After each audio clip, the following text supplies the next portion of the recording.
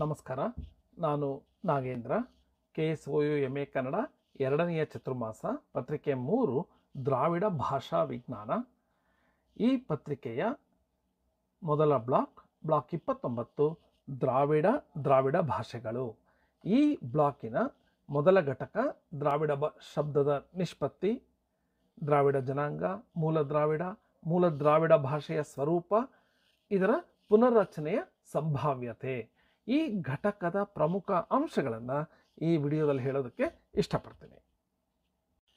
ಈ ಪತ್ರಿಕೆಯ ವಿವಿಧ ಬ್ಲಾಕ್ಗಳು, ಘಟಕಗಳು ಮತ್ತು ಇದರಲ್ಲಿರುವ ಎಲ್ಲ ವಿಷಯಗಳನ್ನು ನಾವು ಹೆಚ್ಚು ಗಮನವಿಟ್ಟು ಅಧ್ಯಯನ ಮಾಡಬೇಕಾಗತ್ತೆ.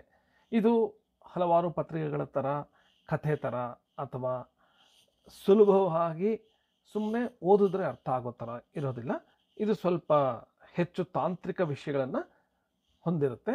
ಆದ್ದರಿಂದ ನಾವು ಹೆಚ್ಚು ಗಮನವಿಟ್ಟು ಅಧ್ಯಯನ ಮಾಡಬೇಕು. ಇದರಲ್ಲಿ 4 ಬ್ಲಾಕ್ಗಳಿವೆ. ಈ ದ್ರಾವಿಡ ಭಾಷಾ ವಿಜ್ಞಾನದಲ್ಲಿ ಮೊದಲನೇ ಬ್ಲಾಕ್ ದ್ರಾವಿಡ ಭಾಷೆಗಳು, 2ನೇ ಬ್ಲಾಕ್ ಧ್ವನಿಮಾ ಚರಿತ್ರೆ, 3ನೆಯ ಬ್ಲಾಕ್ ಅಕೃತಿಮಾ ಚರಿತ್ರೆ, 4ನೆಯ ಬ್ಲಾಕ್ ಕನ್ನಡ ಭಾಷೆಯ ವೈಲಕ್ಷಣಗಳು. ಈ ಪ್ರತಿ ಬ್ಲಾಕ್ನಲ್ಲೂ 4 ಘಟಕಗಳಿವೆ. ಅದರಲ್ಲಿ ಮೊದಲನೆಯ ಘಟಕದಲ್ಲಿ ದ್ರಾವಿಡ ಭಾಷೆಗಳು. ಇದರಲ್ಲಿ 4 ಘಟಕಗಳಿವೆ. ದ್ರಾವಿಡ ಭಾಷೆಗಳ ಬಗ್ಗೆ ಮತ್ತು ಅದರ ಸಾಮಾನ್ಯ ಸ್ವರೂಪ, ಲಕ್ಷಣ ಹಾಗೂ ವರ್ಗೀಕರಣದ ಬಗ್ಗೆ ಅಧ್ಯಯನ ಮಾಡ್ತೀವಿ. ನಂತರ ದ್ರಾವಿಡ ಭಾಷೆಗಳು ಮತ್ತು ಸಂಸ್ಕೃತದ ನಡುವೆ ಇರುವ ಸಂಬಂಧ ಮತ್ತು ಕೊನೆಗೆ ಧ್ವನಿಮಾ ಚರಿತ್ರೆ, ಕ ಚ ಟ ತ ಗಳ ಚರಿತ್ರೆಯನ್ನು ಈ ಬ್ಲಾಕ್ನಲ್ಲಿ ನಾವು ಅಧ್ಯಯನ ಮಾಡ್ತೀವಿ. ಒಂದೊಂದು ಘಟಕದಲ್ಲಿ ಒಂದೊಂದು ವಿಷಯವನ್ನು ಅಧ್ಯಯನ ಮಾಡ್ತೀವಿ. ಹೀಗೆ ಈ ಘಟಕದಲ್ಲಿ ನಾವು ಯಾವ ಅಂಶಗಳನ್ನು ಅಧ್ಯಯನ ಮಾಡ್ತೀವಿ ಅಂದರೆ, ದ್ರಾವಿಡ ಶಬ್ದದ ನಿಷ್ಪತ್ತಿ ಹೇಗಾಯಿತು, ಅದರಲ್ಲಿ ದ್ರಾವಿಡ ಪದದ ಪ್ರಾಚೀನತೆ ಎಷ್ಟು, ಅದರ ನಿಷ್ಪತ್ತಿ ಹೇಗಾಯಿತು ಆ ಪದ, ದ್ರಾವಿಡ ಪದದ ಪ್ರಾಚೀನ ಉಲ್ಲೇಖಗಳು, ಯಾವ ಪ್ರಾಚೀನ ಗ್ರಂಥಗಳಲ್ಲಿ ದ್ರಾವಿಡ ಅನ್ನೋ ಪದ ಉಲ್ಲೇಖ ಆಗಿದೆ, ದ್ರಾವಿಡ ಪದದ ನಿಷ್ಪತ್ತಿಯ ಬಗೆಗೆ ವಿವಿಧ ವಿದ್ವಾಂಸರ ಅಭಿಪ್ರಾಯಗಳೇನು ಅನ್ನೋದನ್ನು ಮೊದಲು ತಿಳ್ಕೊಂಡು ನಂತರ ದ್ರಾವಿಡ ಜನಾಂಗದ ಬಗ್ಗೆ ಅಧ್ಯಯನ ಮಾಡ್ತೀವಿ. ಅವರ ಮೂಲ ಯಾವುದು ಅಂತ ಅಧ್ಯಯನ ಮಾಡ್ತೀವಿ. ನಂತರ ಮೂಲ ದ್ರಾವಿಡ ಭಾಷೆಯ ಸ್ವರೂಪ ಹೇಗಿತ್ತು ಅನ್ನೋದನ್ನು ಅಧ್ಯಯನ ಮಾಡ್ತೀವಿ. ಕೊನೆಗೆ ಮೂಲ ದ್ರಾವಿಡ ಭಾಷೆಯನ್ನು ಪುನರಚಿಸುವ ಸಂಭಾವ್ಯತೆ ಹೇಗಿದೆ, ಎಷ್ಟಿದೆ ಅನ್ನೋದನ್ನು ಅಧ್ಯಯನ ಮಾಡ್ತಾ ಆ ಮೂಲ ದ್ರಾವಿಡ ಭಾಷೆಯಲ್ಲಿ ಸ್ವರಗಳು, ವ್ಯಂಜನಗಳು, ತದ್ದಿತ ಪ್ರತ್ಯಯಗಳು, ವಿಭಕ್ತಿ ಪ್ರತ್ಯಯಗಳು, ಸರ್ವನಾಮಗಳು, ಬಹುವಚನ ಪ್ರತ್ಯಯಗಳು, ಲಿಂಗ ವ್ಯವಸ್ಥೆ, ಕ್ರಿಯಾಧಾತು, ನಿಷೇಧ ಪ್ರತ್ಯಯಗಳು ಈ ಮೂಲ ದ್ರಾವಿಡ ಭಾಷೆಯಲ್ಲಿ ಹೇಗಿದ್ದಿರಬಹುದು ಅನ್ನೋದನ್ನು ನಾವು ಈ ಘಟಕದಲ್ಲಿ ಅಧ್ಯಯನ ಮಾಡ್ತೀವಿ. ಈ ಪತ್ರಿಕೆಯ ಹಿಂದಿನ ಪರೀಕ್ಷೆಗಳಲ್ಲಿ ಯಾವ ರೀತಿಯ ಪ್ರಶ್ನೆಗಳು ಬಂದಿದೆ ಅನ್ನೋದನ್ನು ನಾವು ಗಮನದಲ್ಲಿಟ್ಕೊಂಡ್ರೆ ಈ ಘಟಕ ಎಷ್ಟು ಪ್ರಮುಖವಾದದ್ದು ಅನ್ನೋದು ಗೊತ್ತಾಗುತ್ತೆ. ಈ ಘಟಕದ ಬಗ್ಗೆ ಹಿಂದಿನ ಪರೀಕ್ಷೆಗಳಲ್ಲಿ ದ್ರಾವಿಡರು ಯಾರು, ವಿದ್ವಾಂಸರುಗಳ ಅಭಿಪ್ರಾಯದ ಹಿನ್ನೆಲೆಯಲ್ಲಿ ಚರ್ಚಿಸಿ ಅಂತ 10 ಅಂಕಗಳ ಪ್ರಶ್ನೆ ಜೂನ್ 2023ರಲ್ಲಿ ಕೇಳಲಾಗಿತ್ತು. ನಂತರ ಡಿಸೆಂಬರ್ 2023 ಪರೀಕ್ಷೆಯಲ್ಲಿ ಟಿಪ್ಪಣಿ ಬರೆಯಿರಿ ದ್ರಾವಿಡ ಶಬ್ದದ ನಿಷ್ಪತ್ತಿ ಅಂತ ಕೇಳಿದೆ. ನಂತರ ಡಿಸೆಂಬರ್ 2023ರಲ್ಲಿ ಮತ್ತೊಂದು ಪ್ರಶ್ನೆ ಇತ್ತು, ದ್ರಾವಿಡ ಭಾಷೆಗಳಲ್ಲಿ ಪ್ರಧಾನವಾಗಿರುವ ಸ್ವರ ಧ್ವನಿಮಾಗಳು ಯಾವುವು, ಸೋದಾಹರಣವಾಗಿ ನಿರೂಪಿಸಿ ಅಂತ 15 ಅಂಕಗಳ ಪ್ರಶ್ನೆ ಕೇಳಿತ್ತು. ಮೇ 2024ರಲ್ಲಿ ದ್ರಾವಿಡ ಭಾಷೆಗಳ ಅಧ್ಯಯನದ ಇತಿಹಾಸವನ್ನು ವಿವರಿಸಿ ಅಂತ 15 ಅಂಕಗಳ ಪ್ರಶ್ನೆ ಕೇಳಲಾಗಿತ್ತು. ಹೀಗೆ ಈ ಘಟಕ ಸಹ ಒಂದು ಪ್ರಮುಖ ಘಟಕ. ಇದರ ಬಗ್ಗೆ ಒಂದಲ್ಲ ಒಂದು ಪ್ರಶ್ನೆ ಖಂಡಿತ ಬರುತ್ತೆ. ಈ ಘಟಕದ ಎಲ್ಲ ಅಂಶಗಳ ಬಗ್ಗೆ ಗಮನವಿಟ್ಟು ತಿಳಿದುಕೊಳ್ಳೋಣ. ಈ ಘಟಕದ ಪ್ರಮುಖ ಅಂಶಗಳನ್ನು ತಿಳ್ಕೊಳ್ಳೋದಕ್ಕೆ ಮೊದಲು ಪೀಠಿಕೆಯಾಗಿ ಕೆಲವು ವಿಷಯಗಳನ್ನು ನಾವು ತಿಳ್ಕೊಬೇಕಾಗಿತ್ತು. 19ನೇ ಶತಮಾನದಲ್ಲಿ ಡಾಕ್ಟರ್ ಕಾಲ್ಡ್ವೆಲ್ ಎಂಬ ಪಾಶ್ಚಿಮಾತ್ಯ ಭಾಷಾ ವಿಜ್ಞಾನಿ ಪ್ರಕಟಿಸಿದ ದ್ರಾವಿಡ ಭಾಷೆಗಳ ತೌಲನಿಕ ಅಧ್ಯಯನ, ಇದು ಬಿಡುಗಡೆಯಾಗಿದ್ದು 1854ರಲ್ಲಿ. ಈ ಕೃತಿಯಲ್ಲಿ ಹೇಳಲಾದ ತೌಲನಿಕ ಭಾಷಾ ವಿಜ್ಞಾನ ಮತ್ತು ದ್ರಾವಿಡ ಭಾಷಾ ವಿಜ್ಞಾನ ಎಂಬ ಹೊಸ ಶಾಖೆಗಳ ಬಗ್ಗೆ ಇಲ್ಲಿ ಹೇಳಲಾಯಿತು. ಆ ನಂತರ ದ್ರಾವಿಡ ಭಾಷೆಯ ಬಗ್ಗೆ ವೈಜ್ಞಾನಿಕವಾಗಿ ಅಧ್ಯಯನ ಪ್ರಾರಂಭ ಆಯಿತು ಅಂತ ಹೇಳಬಹುದು. ಭಾಷಾ ವಿಜ್ಞಾನದಲ್ಲಿ ಭಾಷೆಗಳನ್ನು, ಅದರ ಜೊತೆ ಅತಿ ಸೂಕ್ಷ್ಮವಾದ ವಿಷಯಗಳನ್ನು ಭಾಷಾ ವಿಜ್ಞಾನಿ ವೈಜ್ಞಾನಿಕವಾಗಿ ಅಭ್ಯಾಸ ಮಾಡಬೇಕಾಗತ್ತೆ. ಇದರಿಂದ ಒಂದು ಭಾಷೆಯ ಚರಿತ್ರೆ ಮಾತ್ರನೇ ಅಲ್ಲ, ಆ ಭಾಷಾ ಪರಿವಾರದ ಅಂದರೆ ಸಹಭಾಷೆಗಳು, ಸೋದರ ಭಾಷೆಗಳ ತತ್ವಗಳನ್ನು ನಾವು ಅನ್ವಯಿಸಿದಂತೆ ಹೊರೆಯ ಪ್ರಾಂತ್ಯ ಭಾಷೆಗಳು, ಈಗ ಕನ್ನಡದ ಬಗ್ಗೆ ನಾವು ಅಧ್ಯಯನ ಮಾಡಿದ್ರೆ ತಮಿಳು, ತೆಲುಗು, ಮಲಯಾಳಂ ಬಗ್ಗೆ ಸಹ ಗೊತ್ತಾಗುತ್ತೆ. ಕನ್ನಡ ಮತ್ತು ಅವುಗಳ ಮಧ್ಯೆ ಇರುವ ಸಂಬಂಧ ಗೊತ್ತಾಗುತ್ತೆ. ಅಷ್ಟೇ ಅಲ್ಲ, ಈ ತರಹದ ಯಾವುದೇ ಭಾಷೆ ದೂರದ ದೇಶಗಳಲ್ಲಿದ್ದರೂ ಸಹ ನಮಗೆ ಈ ಭಾಷಾ ವಿಜ್ಞಾನದ ಮೂಲಕ ವೈಜ್ಞಾನಿಕವಾಗಿ ಅಧ್ಯಯನ ಮಾಡಿದ್ರೆ ಆ ವಿಷಯಗಳು ಸಹ ಗೊತ್ತಾಗುತ್ತೆ. ಅಂತಹ ಸನ್ನಿವೇಶದಲ್ಲಿ ಭಾಷಾ ಪರಿವಾರದ ಜನಾಂಗದವರು ಎಲ್ಲಿದ್ದರೂ ಸಹ ಅವರ ಪೂರ್ವದ ಇತಿಹಾಸ ಹೊರಗಡೆ ಬರುತ್ತೆ. ಉದಾಹರಣೆಗೆ ದ್ರಾವಿಡ ಭಾಷೆಗಳು ಅಂದ ತಕ್ಷಣ ನಾವು ಕನ್ನಡ, ತಮಿಳು, ತೆಲುಗು, ಮಲಯಾಳಂ ಅಂತೀವಿ. ಆದರೆ ಪಾಕಿಸ್ತಾನದ ಪ್ರದೇಶದಲ್ಲಿರುವ ಒಂದು ಜನಾಂಗದವರು ಮಾತಾಡುವ ಬಾಹ್ರುಹಿ ಎಂಬುದು ಒಂದು ದ್ರಾವಿಡ ಭಾಷೆಯಾಗಿದೆ. ಅಲ್ಲೂ ಸಹ ಈ ದ್ರಾವಿಡ ಭಾಷೆಗೆ ಸಂಬಂಧಿಸಿದ ಒಂದು ಭಾಷೆ ಇದೆ ಅನ್ನೋದು ಈ ತರಹದ ಅಧ್ಯಯನದಿಂದ ಗೊತ್ತಾಗುತ್ತೆ. ಹೀಗಾಗಿ ಭಾಷಾ ವಿಜ್ಞಾನ ಅನ್ನೋದು ಒಂದು ಹೊಸ ವಿಜ್ಞಾನವಾಗಿ ಹೊರಗೆ ಬಂತು. ದ್ರಾವಿಡರು ಯಾರು, ಕನ್ನಡ ಭಾಷೆಯನ್ನು ದ್ರಾವಿಡ ಭಾಷೆಗಳಲ್ಲಿ ಒಂದು ಅಂತ ಯಾಕೆ ಗುರುತಿಸ್ತಾರೆ, ಕನ್ನಡದ ಜೊತೆ ಇರುವ ಇತರ ಭಾಷೆಗಳು ಯಾವ್ಯಾವುದು ದ್ರಾವಿಡ ಭಾಷಾ ಪರಿವಾರದಲ್ಲಿ ಬರುತ್ತೆ, ನಿಯಮಗಳನ್ನು ರೂಪಿಸುವಾಗ ಆ ಜನತೆ ಆಯಾ ಭಾಷೆಯನ್ನು ಹೇಗೆ ಬಳಸ್ತಾರೆ, ಆಯಾ ಭಾಷೆಗಳನ್ನು ಮಾತನಾಡುವ ಜನ ಹೇಗೆ ಆ ಭಾಷೆಯನ್ನು ಉಚ್ಚರಿಸ್ತಾರೆ ಎಂಬ ಆಧಾರದ ಮೇಲೆ ಭಾಷಾ ವಿಜ್ಞಾನಗಳು ನಿಯಮಗಳನ್ನು ರೂಪಿಸ್ತಾರೆ. ಸೊ ನಿಯಮಗಳನ್ನು ರೂಪಿಸುವಾಗ, ಒಂದು ಭಾಷೆಯ ನಿಯಮಗಳನ್ನು ರೂಪಿಸುವಾಗ ಈ ವಿಷಯಗಳನ್ನು ವಿಜ್ಞಾನಿಗಳು ಗಮನದಲ್ಲಿಟ್ಕೋತಾರೆ. ಹೀಗೆ ಮೂಲ ದ್ರಾವಿಡ ಭಾಷೆಯ ಸ್ವರೂಪ ಹೇಗಿತ್ತು ಅನ್ನೋದನ್ನು ಸಹ ನಾವು ಅಧ್ಯಯನ ಮಾಡ್ತೀವಿ. ಒಂದು ನೆನ್ಪಿಟ್ಕೋಬೇಕು, ಮೂಲ ದ್ರಾವಿಡ ಭಾಷೆಯನ್ನು, ಅದರ ಅಕ್ಷರಗಳನ್ನು ಸ್ಟಾರ್ ಸಂಕೇತದಿಂದ ಭಾಷಾ ವಿಜ್ಞಾನಿಗಳು ಗುರುತಿಸ್ತಾರೆ. ಮೊದಲೇ ಹೇಳಿದಂತೆ 19ನೇ ಶತಮಾನದಲ್ಲಿ ದ್ರಾವಿಡ ಭಾಷಾ ವಿಜ್ಞಾನ ಅನ್ನೋದು ರೂಪುಗೊಳ್ತಾ ಬಂತು. ಅದೊಂದು ಭಾಷಾಶಾಸ್ತ್ರವಾಗಿ ಎಲ್ಲರಿಗೂ ಪರಿಚಯ ಆಯಿತು.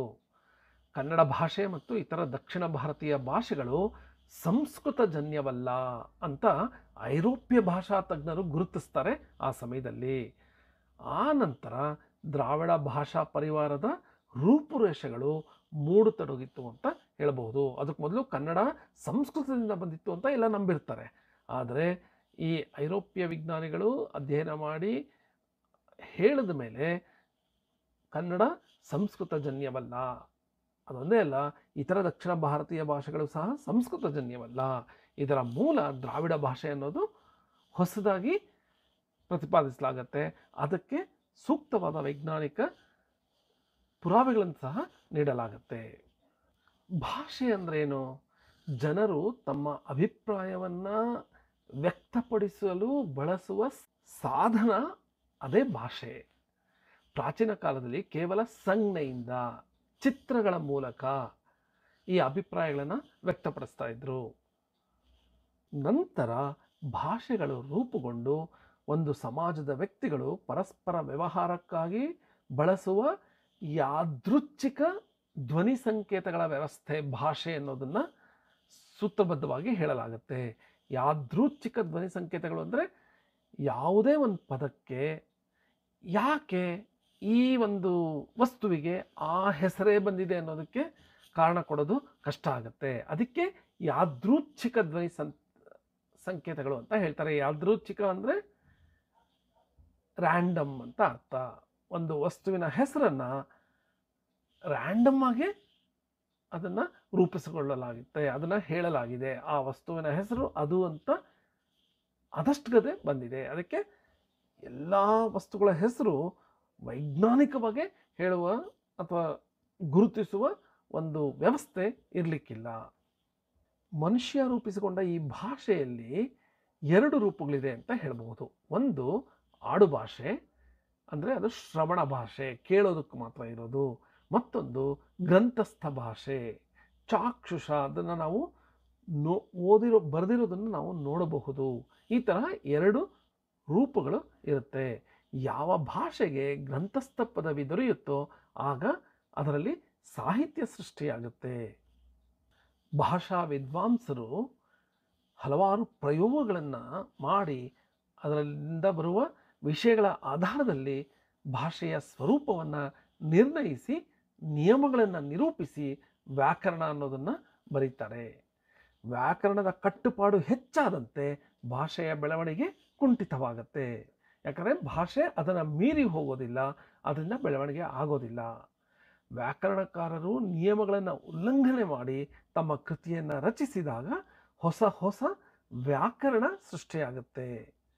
ಆಧುನಿಕ ಭಾಷಾ ವಿಜ್ಞಾನಿ ಭಾಷೆಯ ಸ್ವರೂಪವನ್ನು ತಿಳಿಸೋದಕ್ಕೆ ಭಾಷೆಯ ಸ್ವರೂಪವನ್ನು ವಿವರಣಾತ್ಮಕವಾಗಿ ಅಧ್ಯಯನ ಮಾಡಿಕೊಡ್ತಾರೆ. ಅಧ್ಯಯನ ಮಾಡಿ ನಮಗೆ ಪರಿಚಯ ಮಾಡಿಕೊಡ್ತಾರೆ. ಭಾಷೆಯ ವಿವಿಧ ಅಂಗಗಳನ್ನು ವಿಶ್ಲೇಷಿಸುವುದೇ ಭಾಷಾ ವಿಜ್ಞಾನಿಯ ಉದ್ದೇಶ ಆಗಿರುತ್ತೆ.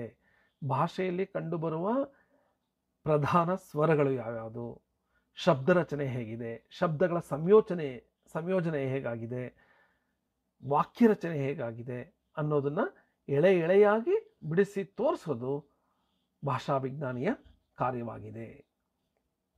ದ್ರಾವಿಡ ಭಾಷಾ ವಿಜ್ಞಾನ ಎಂಬ ಹೊಸ ಶಾಸ್ತ್ರ ಹುಟ್ಕೊಂಡ ಮೇಲೆ ತೌಲನಿಕ ಭಾಷಾ ವಿಜ್ಞಾನದ ಹಿನ್ನೆಲೆಯಲ್ಲಿ, ಅಂದರೆ ಬೇರೆ ಭಾಷೆಗಳನ್ನು ತುಲನೆ ಮಾಡಿ ಅಧ್ಯಯನ ಮಾಡುವ ಒಂದು ರೀತಿಯಲ್ಲಿ ದ್ರಾವಿಡ ಭಾಷೆಗಳ ಲಕ್ಷಣಗಳು, ದ್ರಾವಿಡ ಭಾಷೆಗಳ ವರ್ಗೀಕರಣ ಮೊದಲಾದ ವಿಷಯಗಳನ್ನು ಹೊರತರಲಾಯಿತು. ಇವುಗಳನ್ನು ನೀವು ಅಧ್ಯಯನ ಮಾಡಬೇಕು. ಆದ್ದರಿಂದ ನೀವು ಈ ಭಾಷಾ ವಿಜ್ಞಾನದ ಬಗ್ಗೆ ಕೆಲವು ವಿಷಯವನ್ನು, ಯಾವ್ಯಾವ ತರಹದ ಭಾಷಾ ವಿಜ್ಞಾನಗಳಿದೆ ಅನ್ನೋದನ್ನು ತಿಳ್ಕೋಬೇಕಾಗತ್ತೆ. ಯಾವ್ಯಾವ ತರಹದ ಭಾಷಾ ವಿಜ್ಞಾನಗಳಿದೆ? ವಿವರಣಾತ್ಮಕ ಭಾಷಾ ವಿಜ್ಞಾನ, ಚಾರಿತ್ರಿಕ ಭಾಷಾ ವಿಜ್ಞಾನ, ತೌಲನಿಕ ಭಾಷಾ ವಿಜ್ಞಾನ, ಈ 3 ತರಹದ ಭಾಷಾ ವಿಜ್ಞಾನಗಳಿದೆ. ವಿವರಣಾತ್ಮಕ ಭಾಷಾ ವಿಜ್ಞಾನ ಅಂದರೆ ಡಿಸ್ಕ್ರಿಪ್ಟಿವ್ ಲಿಂಗ್ವಿಸ್ಟಿಕ್ಸ್ ಅಂತ ಹೇಳ್ತಾರೆ. ಒಂದು ನಿರ್ದಿಷ್ಟ ಅವಧಿಯಲ್ಲಿ ಆ ಭಾಷೆಯ ಸ್ವರೂಪ ಹೇಗಿದೆ ಎಂಬುದನ್ನು ವಿವರಣಾತ್ಮಕವಾಗಿ ವಿವೇಚಿಸುವ ವಿಧಾನಕ್ಕೆ ವಿವರಣಾತ್ಮಕ ಭಾಷಾ ವಿಜ್ಞಾನ ಅಂತ ಹೇಳಲಾಗುತ್ತೆ. ಇಂದಿನ ಅಲಿಖಿತ ಭಾಷೆಗಳ ಅಧ್ಯಯನ ನಡೆಸುವಲ್ಲಿ ಈ ವಿವರಣಾತ್ಮಕ ಭಾಷಾ ವಿಜ್ಞಾನ ಮಹತ್ವದ ಪಾತ್ರ ವಹಿಸಿದೆ ಅಂತ ಹೇಳಬಹುದು. ಈ ವಿವರಣಾತ್ಮಕ ಭಾಷಾ ವಿಜ್ಞಾನದ ಬೆಳವಣಿಗೆಯಿಂದ ವಿವಿಧ ಅಧ್ಯಯನ ಶಾಖೆಗಳು ರೂಪುಗೊಂಡಿವೆ. ಎ ಸರೂರ್, ಎ ಸವೇರ್, ಬೋಆಸ್ ಮೊದಲಾದ ಭಾಷಾ ವಿಜ್ಞಾನಿಗಳು ಈ ವಿವರಣಾತ್ಮಕ ಭಾಷಾ ವಿಜ್ಞಾನಕ್ಕೆ ಅಪಾರವಾದ ಕೊಡುಗೆಯನ್ನು ಕೊಟ್ಟಿದ್ದಾರೆ. ಈ ವಿವರಣಾತ್ಮಕ ಭಾಷಾ ವಿಜ್ಞಾನವೇ ನಂತರದ ದಿನಗಳಲ್ಲಿ ಸಂರಚನಾತ್ಮಕ ಭಾಷಾ ವಿಜ್ಞಾನ ಅಂತ ಪ್ರಚಾರಕ್ಕೆ ಬಂತು, ಅಥವಾ ಸಾಮಾನ್ಯ ಭಾಷಾ ವಿಜ್ಞಾನ ಅಂತ ಹೆಸರಾಯಿತು ಅಂತ ಹೇಳಬಹುದು. ಈಗ ಮತ್ತೊಂದು ಎರಡನೇದು ಚಾರಿತ್ರಿಕ ಭಾಷಾ ವಿಜ್ಞಾನ, ಹಿಸ್ಟಾರಿಕಲ್ ಲಿಂಗ್ವಿಸ್ಟಿಕ್ಸ್. ಯಾವುದಾದ್ರೂ ಒಂದು ಭಾಷೆಗೆ ಅತಿ ಪುರಾತನವೆನಿಸುವ ಲಿಖಿತ ಪುರಾವೆಗಳು ಇದ್ದರೆ ಅದರ ಚರಿತ್ರೆಯನ್ನು, ಆ ಭಾಷೆಯ ಚರಿತ್ರೆಯನ್ನು ಅಧ್ಯಯನ ಮಾಡೋದಕ್ಕೆ ಚಾರಿತ್ರಿಕ ಭಾಷಾ ವಿಜ್ಞಾನ ಅಂತ ಹೆಸರು ಕೊಡಲಾಗಿದೆ. ಅಂದರೆ ಪುರಾತನ ಎನಿಸುವ ಲಿಖಿತ ಪುರಾವೆಗಳು ಇರುವಂತಹ ಭಾಷೆಯ ಚರಿತ್ರೆಯನ್ನು ಅಧ್ಯಯನ ಮಾಡೋದಕ್ಕೆ ಚಾರಿತ್ರಿಕ ಭಾಷಾ ವಿಜ್ಞಾನ ಅಂತ ಹೇಳಲಾಗುತ್ತೆ. ಕನ್ನಡ ಭಾಷೆಯನ್ನು BL ರೈಸ್ ಅವರು ಪೂರ್ವದ ಹಳಗನ್ನಡ, ಹಳಗನ್ನಡ, ಹೊಸಗನ್ನಡ ಎಂಬ 3 ವಿಭಾಗಗಳಾಗಿ ವಿಂಗಡಿಸಿದರು. ಆದರೆ ಕಿಟಲ್ ಅವರು ಕನ್ನಡ ಗ್ರಂಥರಾಶಿಯನ್ನು ಆಧರಿಸಿ ಹಳಗನ್ನಡ, ನಡುಗನ್ನಡ ಮತ್ತು ಹೊಸಗನ್ನಡ ಎಂಬ ಬೇರೆಯ 3 ವಿಭಾಗಗಳನ್ನಾಗಿ ವಿಂಗಡಿಸಿದ್ದಾರೆ ಅವರ ಈ ಚಾರಿತ್ರಿಕ ಭಾಷಾ ವಿಜ್ಞಾನದ ಅಧ್ಯಯನದಲ್ಲಿ. ಇನ್ನು 3ನೆಯ ಭಾಷಾ ವಿಜ್ಞಾನ ತೌಲನಿಕ ಭಾಷಾ ವಿಜ್ಞಾನ, ಕಂಪರೇಟಿವ್ ಲಿಂಗ್ವಿಸ್ಟಿಕ್ಸ್. ಏನಿದು ತೌಲನಿಕ ಭಾಷಾ ವಿಜ್ಞಾನ ಅಂದರೆ, ಒಂದು ವಿಸ್ತಾರವಾದ ಪ್ರದೇಶದಲ್ಲಿ, ಒಂದು ದೊಡ್ಡದಾದ ಪ್ರದೇಶದಲ್ಲಿ ಇರುವ ಜನರು ಮಾತನಾಡುವ ಭಾಷೆಗಳು ಭಿನ್ನವಾಗಿದ್ದರೆ, ಭಿನ್ನ ಭಿನ್ನ ಭಾಷೆಗಳಲ್ಲಿ ಸಮಾನತೆ ಕಂಡುಬಂದರೆ, ಸಾದೃಶ್ಯಗಳು ಕಂಡುಬಂದರೆ, ಅಂತಹ ಬೇರೆ ಬೇರೆ ಭಾಷೆಗಳನ್ನು ಪರಸ್ಪರ ಹೋಲಿಸಿ ಅವುಗಳಲ್ಲಿರುವ ಸಾಮ್ಯಗಳನ್ನು ಕುರಿತು ನಡೆಸುವ ಅಧ್ಯಯನಕ್ಕೆ ತೌಲನಿಕ ಭಾಷಾ ವಿಜ್ಞಾನ ಅಂತ ಹೆಸರು ನೀಡಲಾಗಿದೆ. ಅಂದರೆ ಒಂದು ಪ್ರದೇಶದಲ್ಲಿ ಬೇರೆ ಬೇರೆ ಭಾಷೆಗಳು ಇದ್ದರೆ ಆ ಭಾಷೆಗಳಲ್ಲಿರುವ ಸಮಾನ ಅಂಶಗಳನ್ನು ಅಧ್ಯಯನ ಮಾಡೋದಕ್ಕೆ ತೌಲನಿಕ ಭಾಷಾ ವಿಜ್ಞಾನ ಅಂತ ಹೇಳಲಾಗುತ್ತೆ. ಈ ವಿಜ್ಞಾನಿಗಳು ತಾವು ಕಂಡುಕೊಂಡ ಹೊಸದಾದ ಅಲಿಖಿತ ಭಾಷೆಗಳನ್ನು ಸಹ ಇಂತಹ ಭಾಷೆಗಳ ಗುಂಪಿಗೆ ಸೇರಿಸಿಕೊಂಡು ಅನೇಕ ಭಾಷಾ ಪರಿವಾರಗಳನ್ನು, ಲ್ಯಾಂಗ್ವೇಜ್ ಫ್ಯಾಮಿಲೀಸ್ನ ಬೆಳಕಿಗೆ ತರ್ತಾರೆ. ಇಂತಹ ಒಂದು ಭಾಷಾ ಪರಿವಾರವೇ ದ್ರಾವಿಡ ಭಾಷಾ ಪರಿವಾರ ಅಂತ ಹೇಳಬಹುದು.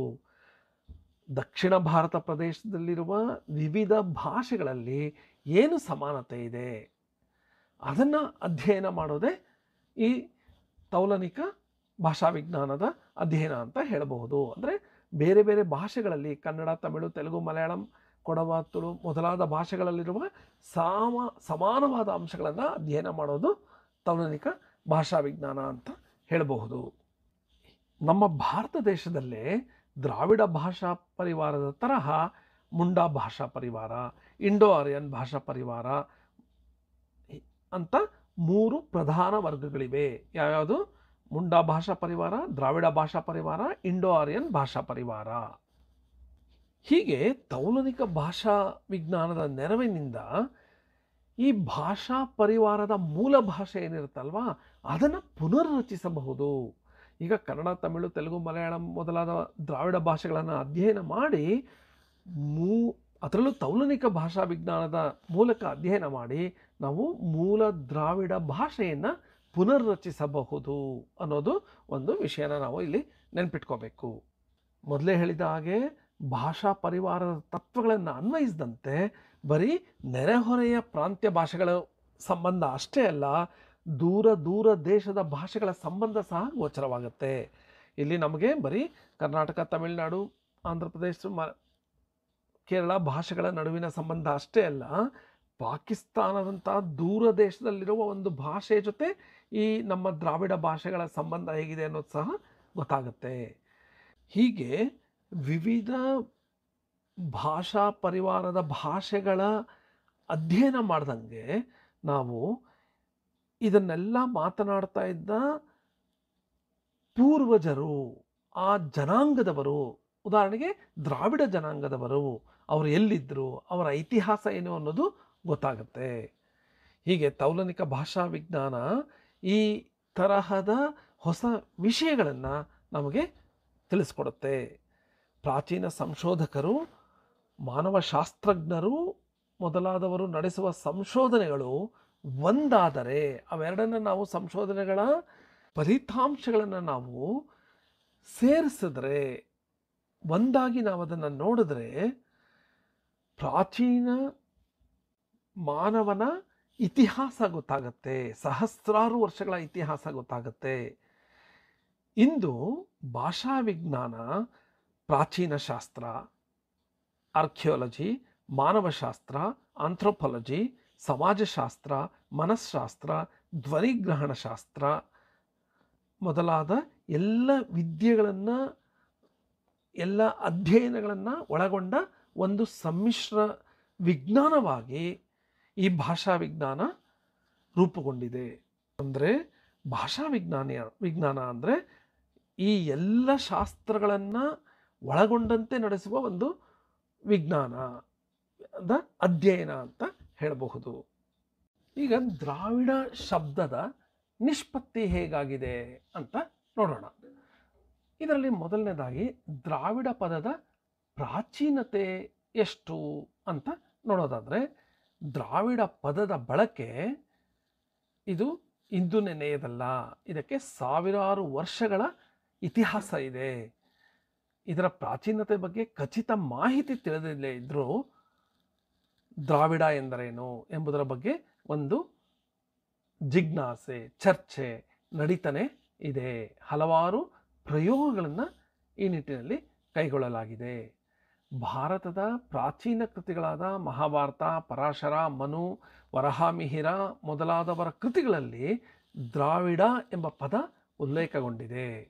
ಇದರಿಂದ ಈ ದ್ರಾವಿಡ ಎಂಬ ಪದದ ಪ್ರಾಚೀನತೆ ಸಹಸ್ರ ಶತಮಾನಗಳಷ್ಟು ಹಿಂದಕ್ಕೆ ಸರಿಯುತ್ತೆ ಅಂತ ಹೇಳಬಹುದು.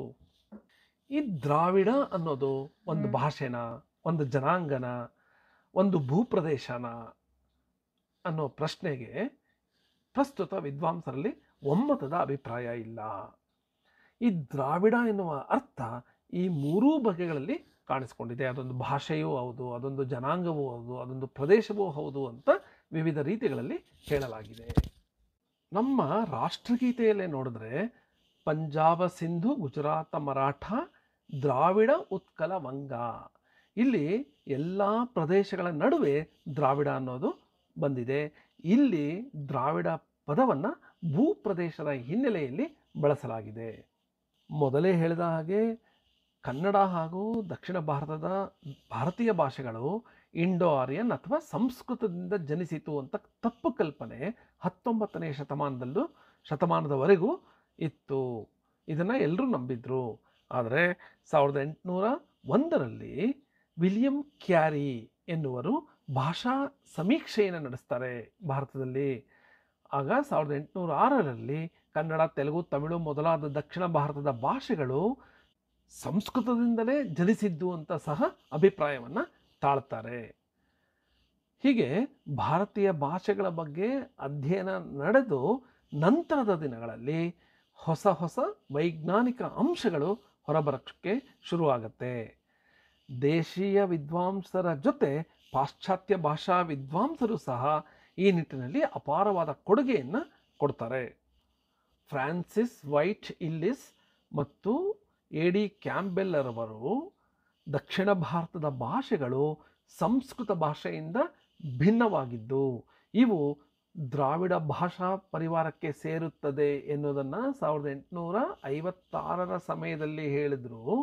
ಆದರೆ ಇವರಿಗಿಂತ 18 ವರ್ಷ ಮೊದಲೇ ನಮ್ಮದೇ ದೇಶೀ ವಿದ್ವಾಂಸರಾದ ಶ್ರೀರಂಗಪಟ್ಟಣದ ಕೃಷ್ಣಮಾಚಾರ್ಯ ಅವರು ತಮ್ಮ ಹೊಸಗನ್ನಡ ನುಡಿಗನ್ನಡ ಎಂಬ ಹೊಸಗನ್ನಡ ವ್ಯಾಕರಣ ಗ್ರಂಥದಲ್ಲಿ, ಅಂದರೆ 1838ರಲ್ಲಿ ದಕ್ಷಿಣ ಭಾರತದ ಭಾಷೆಗಳು ಸಂಸ್ಕೃತ ಜನ್ಯವಲ್ಲ, ಅವು ದ್ರಾವಿಡ ಮೂಲದವು ಅಂತ ಹೇಳಿದ್ದರು. ಅವರ ಅಧ್ಯಯನದಿಂದ ತಮಿಳು, ಕನ್ನಡ ಭಾಷೆಗಳಲ್ಲಿನ ಧ್ವನಿಮಾ ಸಾದೃಶ್ಯಗಳನ್ನು ತಿಳಿಸಲಾಯಿತು ಮತ್ತು ಭಾಷಾ ವಿಜ್ಞಾನಕ್ಕೆ ಸಂಬಂಧಿಸಿದ ಘೋಷ ಅಘೋಷ ವರ್ಣಗಳ ವಿಚಾರವನ್ನು ಸಹ ಅವರು ಮೊದಲ ಬಾರಿಗೆ ವಿವರಿಸ್ತಾರೆ. ದೇಶೀಯ, ತತ್ಸಮ ಹಾಗೂ ತದ್ಭವಗಳನ್ನು ಅನ್ಯದೇಶೀಯ ಮತ್ತು ಗ್ರಾಮ್ಯ ಎಂಬುದಾಗಿ ವಿಭಾಗಿಸ್ತಾರೆ ಕೃಷ್ಣಮಾಚಾರ್ಯ ಅವರು.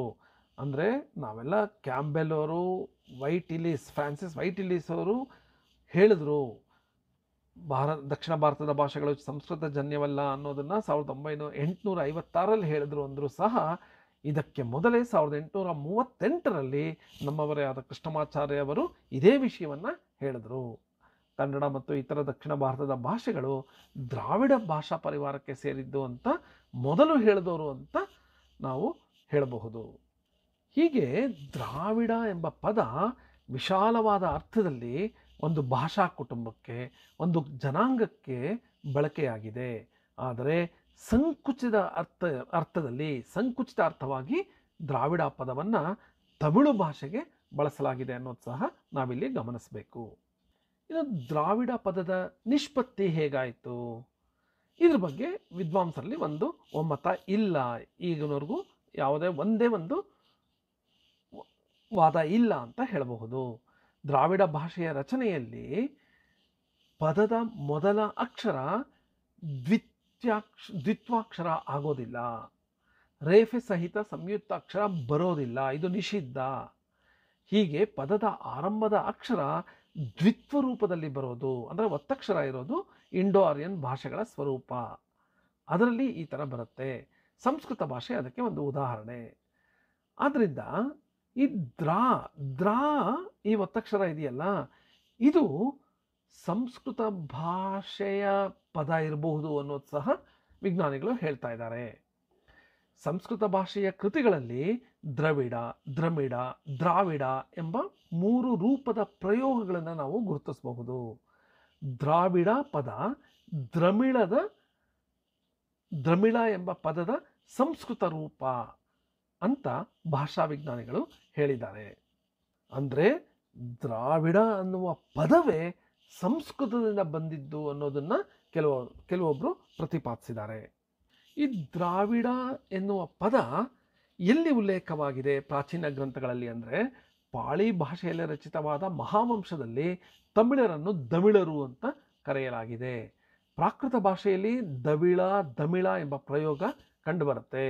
ಬೌದ್ಧರನ್ನು ಕುರಿತು ರಚಿಸಿರುವ ಗ್ರಂಥದಲ್ಲಿ, ತಾರಾನಾಥ ರಚಿಸಿರುವ ಗ್ರಂಥದಲ್ಲಿ ದ್ರಮಿಳ ಅಂತ ಹೆಸರಿದೆ. ಮಲಯಾಳಂ ಭಾಷೆಯ ಪುರಾಣ ಕೃತಿಗಳಲ್ಲಿ ದ್ರಮಿಳ ಎಂಬ ಪದ ಕಂಡುಬರುತ್ತೆ. ಹಾಗೆ ಬಾದಾಮಿಯ ಮಹಾಕೂಟದ ಮಂಗಳೇಶ್ವರನ ಸ್ತಂಭಶಾಸನದಲ್ಲಿ ದ್ರಮಿಳ ಪದದ ಉಲ್ಲೇಖ ಕಂಡುಬರೋದು ನಾವು ನೋಡಬಹುದು. ಇನ್ನು ದ್ರಾವಿಡ ಪದದ ನಿಷ್ಪತ್ತಿಯ ಬಗ್ಗೆ ವಿವಿಧ ವಿದ್ವಾಂಸರು ಏನೇನು ಹೇಳಿದ್ದಾರೆ ಅಂತ ನೋಡೋಣ. ಆರ್ ನರಸಿಂಹಾಚಾರ್ಯರು ಏನು ಹೇಳಿದ್ದಾರೆ ಅಂದರೆ, ದ್ರಾವಿಡ ಪದದ ನಿಷ್ಪತ್ತಿಯನ್ನು ಸಂಸ್ಕೃತ ಭಾಷೆಯ ಮೂಲದಿಂದ ಇವರು ಗುರುತಿಸಿದ್ದಾರೆ. ಸಂಸ್ಕೃತದ ದಮಿಳಗಳಿಂದಾಗಿ ದ್ರಾವಿಡ ಪದ ಬಂದಿದೆ ಅಂತ ಇವರು ಹೇಳ್ತಾರೆ. ಇನ್ನು ಸುನೀತ ಕುಮಾರ ಚಟರ್ಜಿಯವರು ಏನು ಹೇಳಿದ್ದಾರೆ ಅಂದರೆ, ಮೆಡಿಟರೇನಿಯನ್ ತೀರದ ಮೂಲ ನಿವಾಸಿಗಳು ತಮ್ಮನ್ನು ತೆರ್ಮಿಲೈ ಅಂತ ಕರೆದುಕೊಂಡಿದ್ದಾರೆ. ತೆರ್ಮಿಲೈ ಮತ್ತು ತ್ರಮಿಲಿಗಳು ತಮಿಳು ಪದದ ಮೂಲ ರೂಪ ಇರಬೇಕು ಅಂತ ಇವರು ಊಹಿಸಿದ್ದಾರೆ. ಈ ಜನರೇ ಅಂದರೆ ಮೆಡಿಟರೇನಿಯನ್ ತೀರದ ಮೂಲ ನಿವಾಸಿಗಳೇ ಮೂಲ ದ್ರಾವಿಡರು ಆಗಿರಬಹುದು ಅಂತ ಸುನೀತ್ ಕುಮಾರ್ ಚಟರ್ಜಿಯವರು ಅಭಿಪ್ರಾಯಪಟ್ಟಿದ್ದಾರೆ. ಒಂದು ಇಲ್ಲಿ ಗಮನಿಸಬೇಕು, ಈ ಮೆಡಿಟರೇನಿಯನ್ ಎಲ್ಲಿ ಬರುತ್ತೆ ಅಂದರೆ, ಈ ಮೆಡಿಟರೇನಿಯನ್ ಸಮುದ್ರನೇ ಎಲ್ಲಿ ಬರುತ್ತೆ ಅಂದರೆ ಆಫ್ರಿಕಾದ ಉತ್ತರಕ್ಕೆ, ಯುರೋಪಿನ ದಕ್ಷಿಣಕ್ಕೆ ಮತ್ತು ಈ ಅರಬ್ ದೇಶಗಳ ಎಡಕ್ಕೆ ಅಂದರೆ ಪಶ್ಚಿಮಕ್ಕೆ, ಅಂದರೆ ಆಫ್ರಿಕಾ, ಯುರೋಪ್ ಮತ್ತು ಅರಬ್ ಈ ದೇಶಗಳ ಮಧ್ಯೆ ಬರೋದು ಮೆಡಿಟರೇನಿಯನ್ ಸಮುದ್ರ. ಅದರ ಸುತ್ತಮುತ್ತಲಿನ ಪ್ರದೇಶಕ್ಕೆ ಮೆಡಿಟರೇನಿಯನ್ ರೀಜನ್ ಅಂತ ಹೇಳಬಹುದು. ಸುನೀತ್ ಕುಮಾರ್ ಚಟರ್ಜಿ ಅವರ ಪ್ರಕಾರ ದ್ರಾವಿಡರು ಆ ಪ್ರದೇಶದಿಂದ ಬಂದಿರಬಹುದು ಅಂತ ಅವರು ಊಹಿಸಿದ್ದಾರೆ. ಆ ಕಾಲದಲ್ಲಿ ಗ್ರೀಕ್ ಭಾಷೆಯಲ್ಲಿ ತಮಿಜ್ ಎಂಬ ಪದ ಇದೆ. ಅದರಿಂದ ದ್ರಾವಿಡದ ಹಿಂದಿನ ರೂಪವಾದ ದ್ರಮಿಸ್ ಪದ ಬಂದಿರಬಹುದು ಅನ್ನೋದು ಸಹ ಅವರು ಊಹಿಸ್ತಾರೆ. ಅವರ ಪ್ರಕಾರ ದ್ರಾವಿಡ ಹೇಗೆ ನಿಷ್ಪತ್ತಿಯಾಗಿದೆ ಅಂದರೆ ತಮಿಜ್, ದಮಿಜ್, ದಮಿಳ, ದ್ರಮಿಸ್, ದ್ರಮಿಳ, ದ್ರಮಿಡ, ದ್ರವಿಡ, ತಿಮ್ಮಲಿ ಅಂತ ಅವರು ಈ ಒಂದು ನಿಷ್ಪತ್ತಿಯನ್ನು ಸೂಚಿಸಿದ್ದಾರೆ. ಮತ್ತೊಬ್ಬ ವಿದ್ವಾಂಸರಾದ ಡಾಕ್ಟರ್ ಎಸ್.ಕೆ. ಚಟರ್ಜಿಯವರು ಏನು ಹೇಳಿದ್ದಾರೆ ಅಂದರೆ, ತಕಾರ ದಕಾರವಾಗಿ ಪರಿವರ್ತನೆ ಹೊಂದಿರೋದಕ್ಕೆ ಕಾರಣ ಏನು ಅಂತ ಉತ್ತರಿಸೋದು ಕಷ್ಟ. ಆದರೆ ಸಂಸ್ಕೃತ, ಪಾಲಿ, ಪ್ರಾಕೃತಗಳಲ್ಲಿ ಈ ಬಗೆಯ ಪ್ರಯೋಗ ಇದೆ ಅಂತ ಚಟರ್ಜಿಯವರು ಹೇಳಿದ್ದಾರೆ. ದ್ರಾವಿಡ ಭಾಷೆಗಳಲ್ಲಿ ಘೋಷವರ್ಣದಿಂದ ಪ್ರಾರಂಭವಾಗುವ ರೂಪಗಳು ಇದ್ದವು ಅವು ಅಂತ ಹೇಳಿ ದ್ರಮಿಳ ಎಂಬುವ ಪದವನ್ನು ಉದಾಹರಣೆಯಾಗಿ ನೀಡಿದ್ದಾರೆ. ಅಂದರೆ ಇವ್ರ ಪ್ರಕಾರ ಸಹ ದ್ರಾವಿಡ ಎನ್ನುವ ಪದ ಸಂಸ್ಕೃತ, ಪಾಲಿ ಮತ್ತು ಪ್ರಾಕೃತಗಳಿಂದ ಬಂದಿರಬಹುದು ಅಂತ ಚಟರ್ಜಿಯವರು ಸಹ ಹೇಳಿದ್ದಾರೆ. ಇನ್ನು ಮತ್ತೊಬ್ಬ ವಿದ್ವಾಂಸರಾದ ಡಾಕ್ಟರ್ ಕಾಲ್ಡ್ವೆಲ್, ಇವರ ಜೀವಿತಾವಧಿ 1814ರಿಂದ 1891. ಇವರು ಏನು ಹೇಳಿದ್ದಾರೆ ಅಂದರೆ, ತಮಿಳ್ ಮತ್ತು ದ್ರಾವಿಡ ರೂಪಗಳು ಸಮಾನಾರ್ಥಕಗಳು. ದ್ರಾವಿಡದಿಂದ ತಮಿಳ್ ಎಂಬ ಪದ ನಿಷ್ಪತ್ತಿಯಾಯಿತು ಅಂತ ಹೇಳ್ತಾರೆ.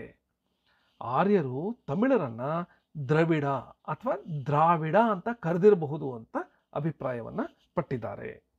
ಈ 4 ವಿದ್ವಾಂಸರ ಮತ್ತು ಹಲವಾರು ವಿದ್ವಾಂಸರ ಅಭಿಪ್ರಾಯಗಳನ್ನು ತೆಗೆದುಕೊಂಡು ದ್ರಾವಿಡ ಪದದ ನಿಷ್ಪತ್ತಿಯ ಕುರಿತು ಏನು ಹೇಳಬಹುದು ಅಂದರೆ, ಒಂದನೇದಾಗಿ ದ್ರಾವಿಡ ಪದ ಸಂಕುಚಿತ ಅರ್ಥದಲ್ಲಿ ತಮಿಳು ಭಾಷೆಯನ್ನು ಹಾಗೂ ವಿಶಾಲವಾದ ಅರ್ಥದಲ್ಲಿ ಇಡೀ ಒಂದು ಭಾಷಾ ವರ್ಗಕ್ಕೆ, ಜನಾಂಗಕ್ಕೆ ಅನ್ವಯವಾಗುತ್ತೆ ಅಂತ ಹೇಳಬಹುದು. ಎರಡನೇದೇನು ಹೇಳ್ಬೋದು, ದ್ರಾವಿಡ ಪದ ಮೂಲತಃ ದ್ರಾವಿಡ ಭಾಷೆಯದ್ದಲ್ಲ, ಅದು ಸಂಸ್ಕೃತದ ಪದದ ರೂಪ ಪರಿವರ್ತನೆಯ ಪದ. ಮೂರನೇದು, ದ್ರಾವಿಡ ಪದ ದ್ರಮಿಳ, ದಮಿಳ, ದ್ರಮಿಡ, ದ್ರವಿಡ ಎಂಬ ವಿವಿಧ ರೂಪಗಳಲ್ಲಿ ನಿಷ್ಪನ್ನಗೊಂಡಿದೆ ಅಂತ ಹೇಳಬಹುದು. ದ್ರವಿಡ, ದ್ರಾವಿಡ ಪದಗಳು ದ್ರಮಿಡ ಪದದ ಹೊಸದಾಗಿ ಬದಲಾದ ವಿಸ್ತೃತ ರೂಪಗಳು ಅಂತ ಹೇಳಬಹುದು. ದ್ರಮಿಡದಿಂದ ದ್ರವಿಡ, ದ್ರಾವಿಡ ಬಂದಿದೆ ಅಂತ ಹೇಳಬಹುದು. ಮತ್ತು 5ನೇ ಅಂಶ ಏನು ಅಂದರೆ, ತಮಿಳಿನಲ್ಲಿ ದ್ರಾವಿಡ ಪದವನ್ನು ತಿರಮಿಡ, ತಿರವಿಡ ಅಂತ ಸಹ ಹೇಳಲಾಗತ್ತೆ. ಈ 5 ಅಂಶಗಳನ್ನು ನಾವು ದ್ರಾವಿಡ ಪದದ ನಿಷ್ಪತ್ತಿಯನ್ನು ಕುರಿತು ಹೇಳಬಹುದು, ಈ 5 ಅಂಶಗಳ ಮೂಲಕ ಅಂತ ನಾವು ನೆನ್ಪಿಟ್ಕೋಬೇಕು. ದ್ರಾವಿಡ ಜನಾಂಗ. ದ್ರಾವಿಡ ಜನಾಂಗ ಇವರು ಭಾರತದ ಮೂಲ ನಿವಾಸಿಗಳೇ ಅನ್ನೋದ್ರ ಬಗ್ಗೆ ಯಾವುದೇ ಒಂದು ಖಚಿತವಾದ ನಿರ್ಧಾರ ಆಗಿಲ್ಲ, ಅದಕ್ಕೆ ಆಧಾರಗಳು ಸಹ ದೊರೆತಿಲ್ಲ. ದ್ರಾವಿಡರು ಮೂಲ ನಿವಾಸಿಗಳೇ ಅಥವಾ ಆರ್ಯರಂತೆ ಬೇರೆ ಪ್ರದೇಶದಿಂದ ಬಂದು ಇಲ್ಲಿ ನೆಲೆಸಿದರೆ ಅನ್ನೋದ್ರ ಬಗ್ಗೆ ಅಧ್ಯಯನ ನಡೀತಾ ಇದೆ.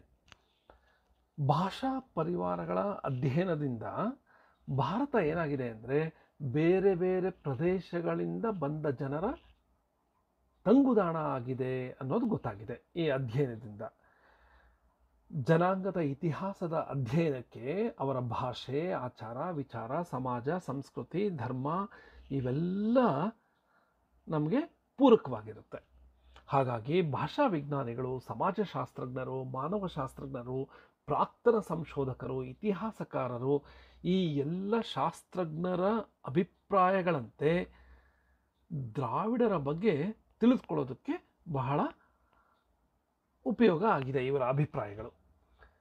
ಒಟ್ಟು ಭಾರತಕ್ಕೆ ವಲಸೆ ಬಂದಿರಬಹುದಾದ ಪ್ರಮುಖ ಜನಾಂಗಗಳು ಯಾವ್ಯಾವುದು ಅಂತ ಹೇಳೋದಾದರೆ, ನೀಗ್ರೋ, ಆಸ್ಟ್ರಿಕ್, ದ್ರಾವಿಡ, ಆರ್ಯ ಮತ್ತು ಮಂಗೋಲಿಯನ್ ಜನಾಂಗದವರು. ಭಾರತ ಪ್ರದೇಶಕ್ಕೆ ಮೊದಲು ಅತಿ ಪ್ರಾಚೀನ ಕಾಲದಲ್ಲಿ ವಲಸೆ ಬಂದವರು ನೀಗ್ರೋ ವರ್ಗಕ್ಕೆ ಸೇರಿದ ನೀಗ್ರಿಟೋ ಜನರು ಅಂತ ಹೇಳಲಾಗುತ್ತೆ. ಅವರು ಗುಂಗುರು ಕೂದಲಿನ ಕಪ್ಪು ವರ್ಣದವರು ಅನ್ನೋ ಅಭಿಪ್ರಾಯ ಇದೆ. ಈಗಲೂ ಸಹ ದಕ್ಷಿಣ ಭಾರತದ ಕಾಡು ಮೇಡುಗಳಲ್ಲಿ, ಅಂಡಮಾನ್ ಮತ್ತು ನಿಕೋಬಾರ್ ದ್ವೀಪಗಳಲ್ಲಿ ಇವರನ್ನು ನೋಡಬಹುದು. ನೀಗ್ರೋ ಜನಾಂಗದ ನಂತರ ಭಾರತ ಪ್ರವೇಶಿಸಿದವರು ಆಸ್ಟ್ರಿಕ್ ಜನಾಂಗದವರನ್ನು, ಅವರನ್ನು ಮುಂಡ ಅಥವಾ ಕೋಲ್ ವರ್ಗದ ಜನರು ಅಂತ ಹೇಳಲಾಗುತ್ತೆ. ಇವರು ಆಡುವ ಭಾಷೆಯನ್ನು ನಿಷಾದ ಅಂತ ಹೇಳಲಾಗುತ್ತೆ. ಪಶ್ಚಿಮ ಬಂಗಾಳ, ದಕ್ಷಿಣ ಬಿಹಾರ ಇವುಗಳ ಬೆಟ್ಟ ಪ್ರದೇಶಗಳಲ್ಲಿ, ಒರಿಸ್ಸಾದ ಕಾಡುಗಳಲ್ಲಿ, ಮಧ್ಯಪ್ರದೇಶ ಹಾಗೂ ಇತರೆ ಗುಡ್ಡಗಾಡಿನ ಪ್ರದೇಶಗಳಲ್ಲಿ ಇವರು ನೆಲೆಸಿದ್ದಾರೆ. ಇವರುಗಳು, ಈ ಆಸ್ಟ್ರಿಕ್ ಜನಾಂಗದವರು ಅಸ್ಸಾಂ ಮಾರ್ಗವಾಗಿ ಭಾರತಕ್ಕೆ ಬಂದಿರಬಹುದು ಅಂತ ಹೇಳಲಾಗುತ್ತೆ.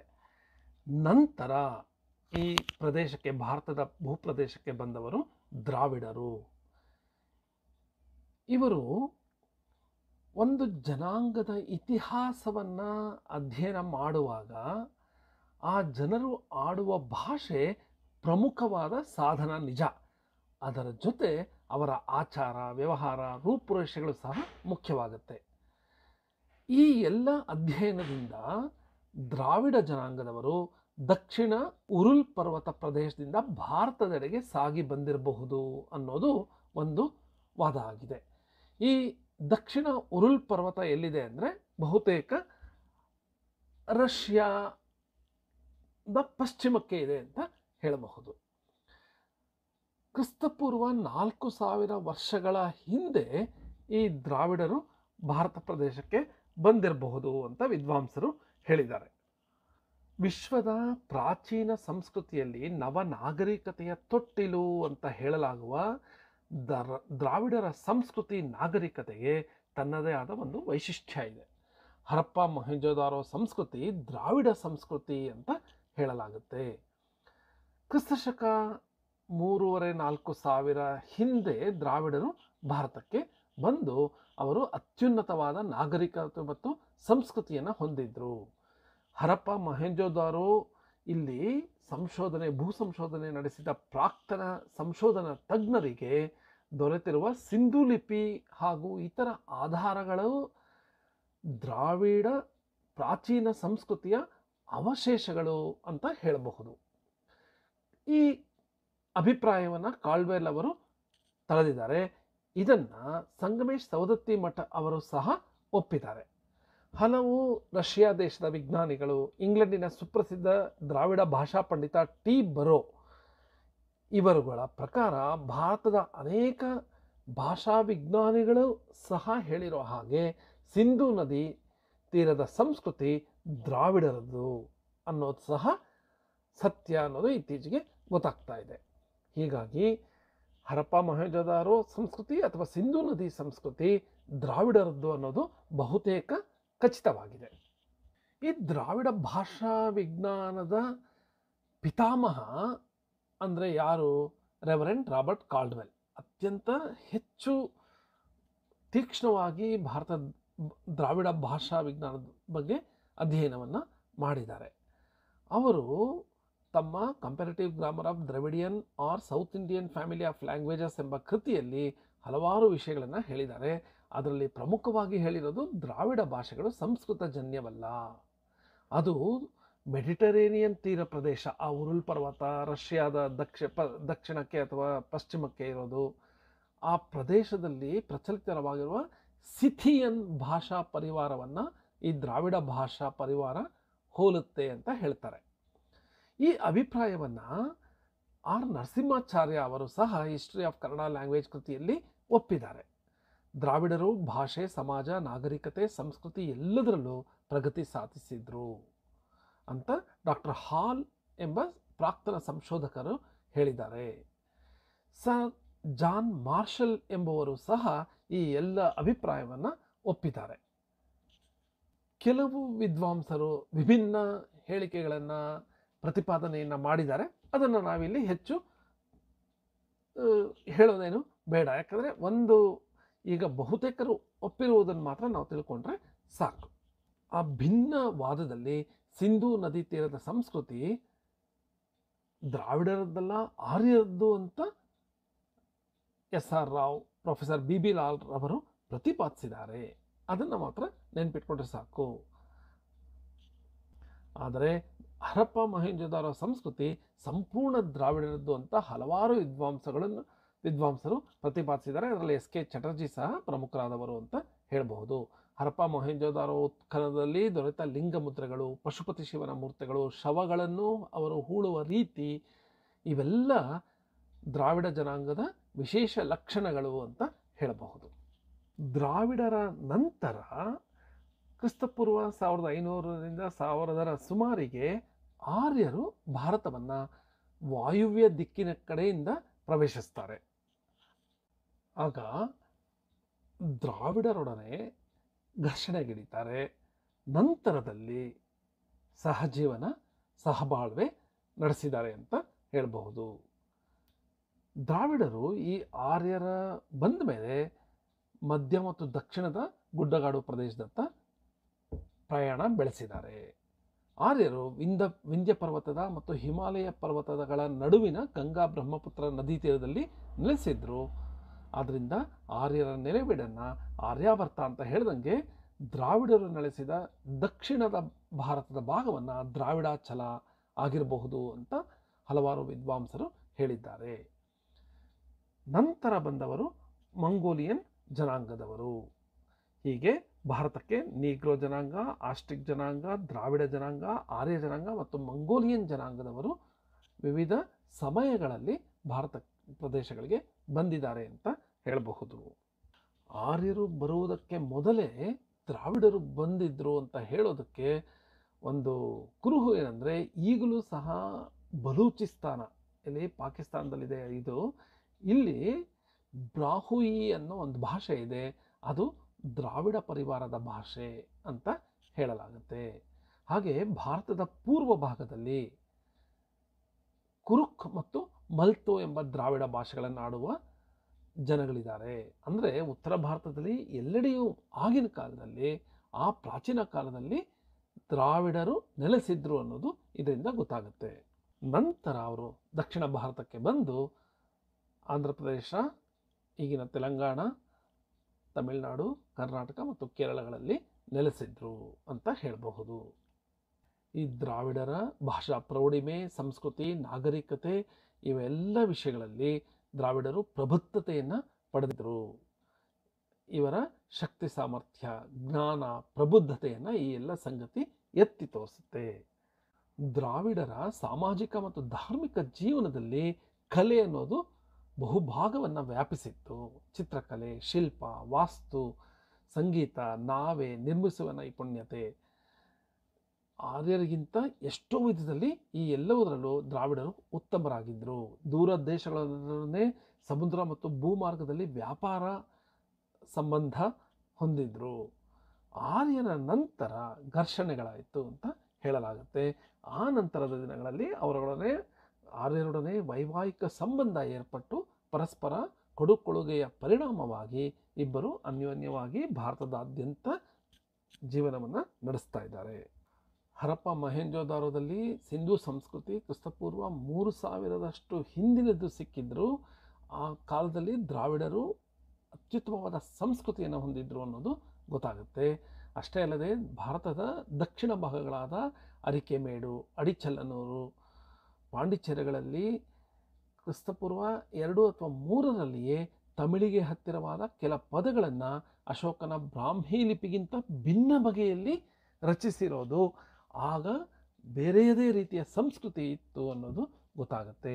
ಆಗಲೂ ಸಹ ಒಂದು ಭಾಷೆ ಇತ್ತು ಅನ್ನೋದು ಇದರಿಂದ ಗೊತ್ತಾಗುತ್ತೆ ಅಂತ ಟಿ ಪಿ ಮೀನಾಕ್ಷಿ ಸುಂದರಂ ಅವರು A history of Kannada language ಎಂಬ ಕೃತಿಯಲ್ಲಿ ಉಲ್ಲೇಖ ಮಾಡಿದ್ದಾರೆ. ಹೀಗೆ ದ್ರಾವಿಡ ಜನಾಂಗ ಸಹ ಭಾರತದ ಮೂಲ ನಿವಾಸಿಗಳು ಅಲ್ಲ, ಅವರು ಸಹ ಆರ್ಯರಂತೆ ವಲಸೆ ಬಂದವರು, ಮೊದಲು ಬಂದವರು ಅನ್ನೋ ಅಭಿಪ್ರಾಯ ಇದೆ. ಆದರೆ ಮತ್ತೆ ಹಲವರು ಇಲ್ಲ, ಭಾರತದ ಮೂಲ ನಿವಾಸಿಗಳು ದ್ರಾವಿಡರು ಅಂತ ವಾದಿಸ್ತಾನೆ ಇದ್ದಾರೆ. ಇದರ ಬಗ್ಗೆ ಇನ್ನೂ ಹೆಚ್ಚಿನ ಅಧ್ಯಯನ ಮತ್ತು ಸಂಶೋಧನೆ ನಡೆಯಬೇಕಿದೆ.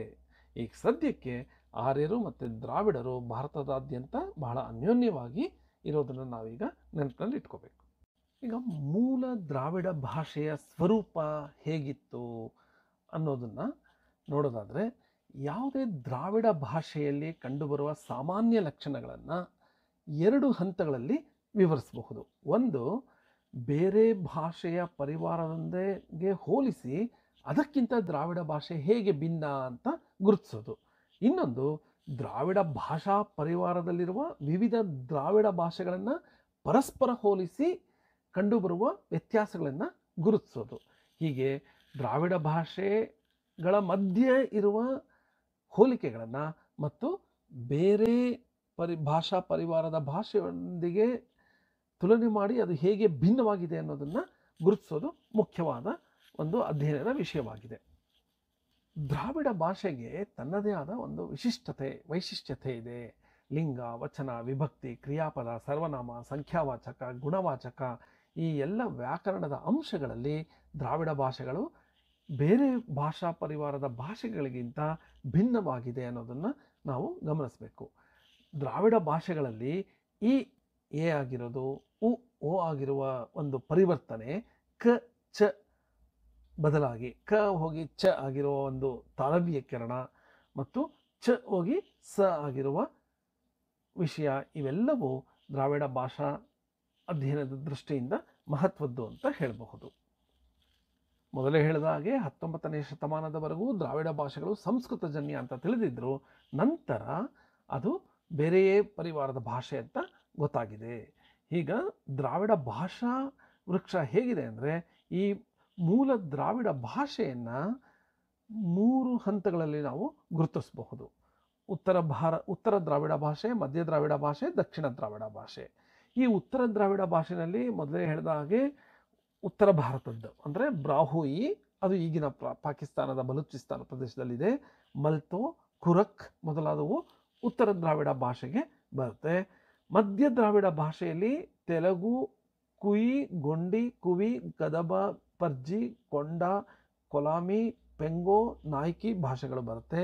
ದಕ್ಷಿಣ ದ್ರಾವಿಡ ಭಾಷೆಯಲ್ಲಿ ತೆಲುಗು, ತಮಿಳು, ಮಲಯಾಳಂ, ಕನ್ನಡ, ತುಳು, ತೊದ, ಕೊಡಗು, ಬಡಗ, ಇರುಳ, ಕೋತ ಭಾಷೆಗಳು ಬರುತ್ತೆ.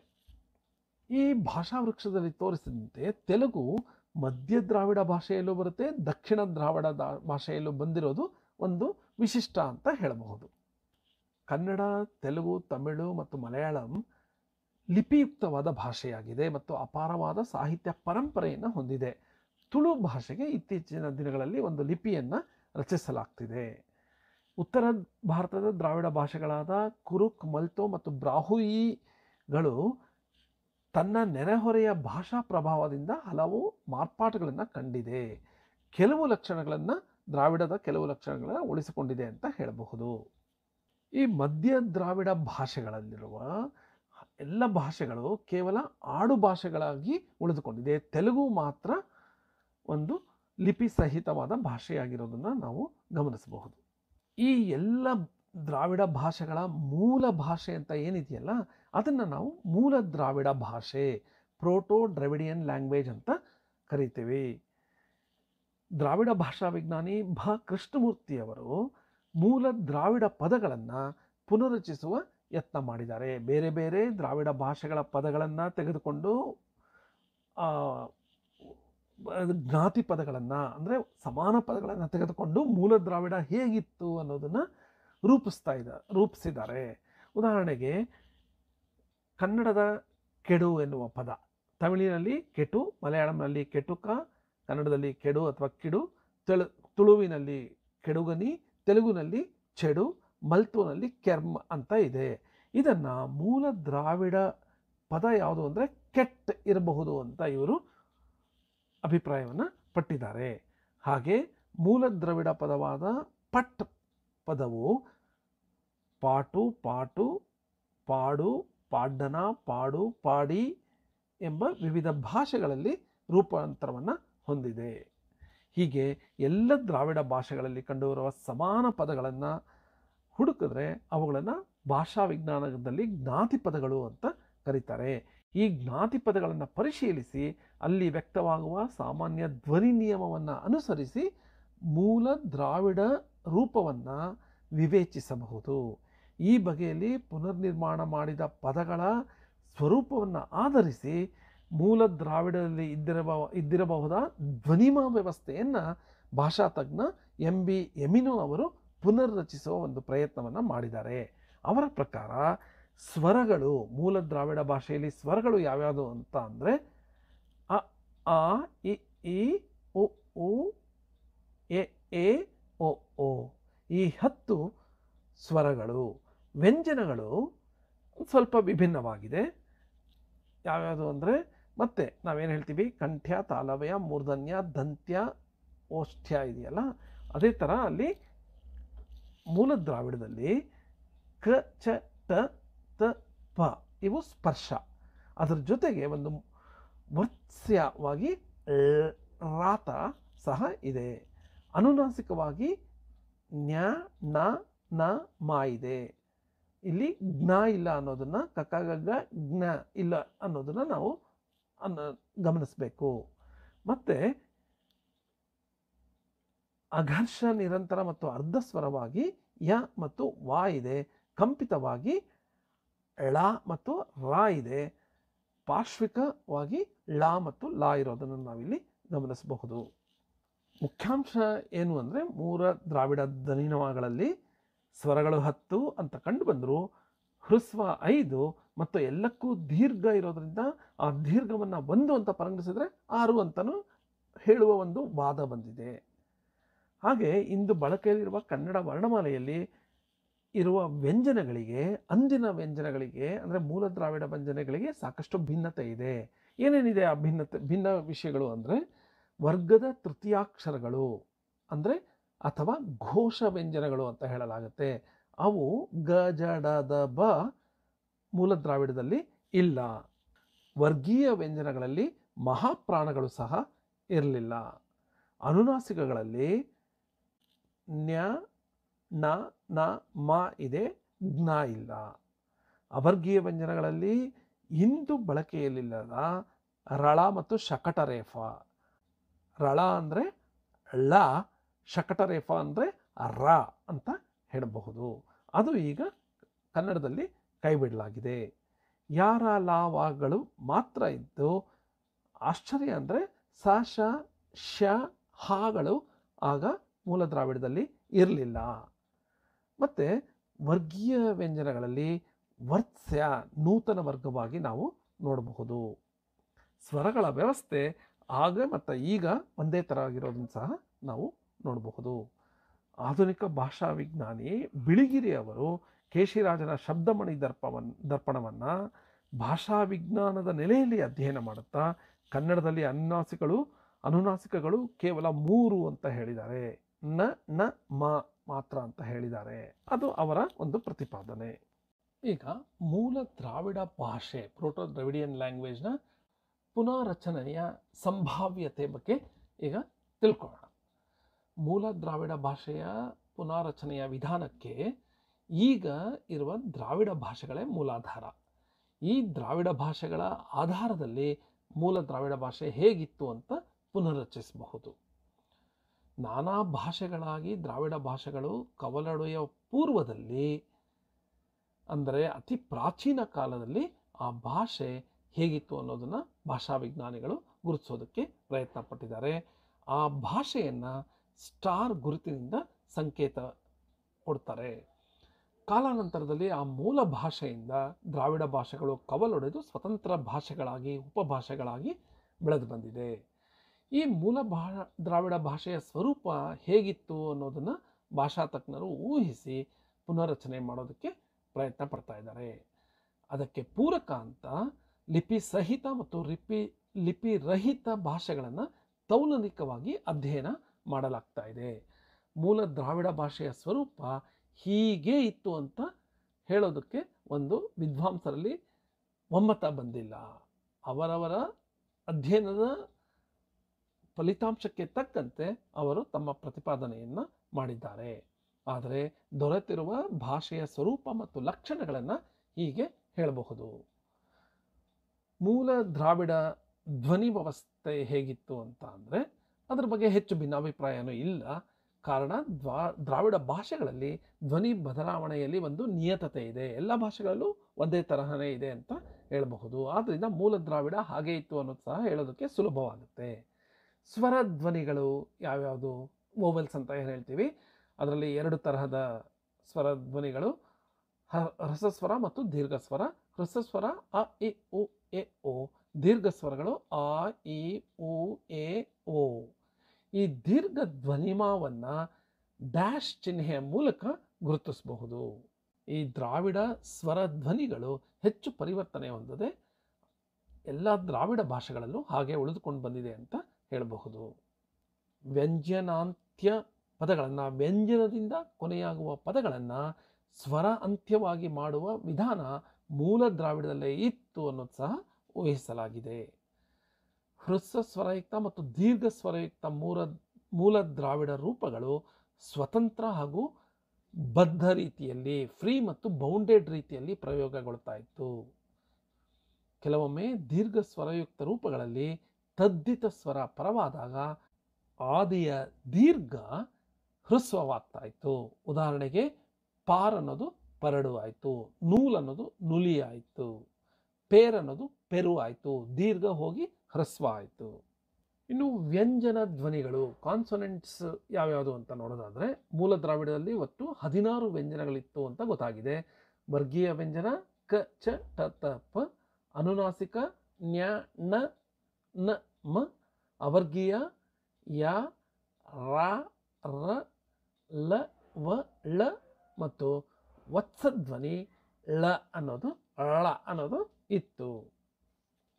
ಇದರಲ್ಲಿ ಪ್ರಮುಖವಾಗಿ ನಾವು ಗಮನಿಸಬೇಕಾದ ಅಂಶ ಏನು ಅಂದರೆ ಮೂರ್ಧನ್ಯ ವ್ಯಂಜನ ಚ ವರ್ಗದ ವ್ಯಂಜನದಿಂದ ಮೂಲ ದ್ರಾವಿಡದ ಯಾವೊಂದು ಪದ ಆರಂಭ ಆಗುವುದಿಲ್ಲ ಮತ್ತು ನ್ಯ ಹೊರತುಪಡಿಸಿ ಉಳಿದೆಲ್ಲ ವ್ಯಂಜನಗಳು ಪದಾಂತ್ಯದಲ್ಲಿ ಕಂಡುಬರುತ್ತೆ, ಪದದ ಒಂದು ಕೊನೆಯಲ್ಲಿ ಕಂಡುಬರುತ್ತೆ.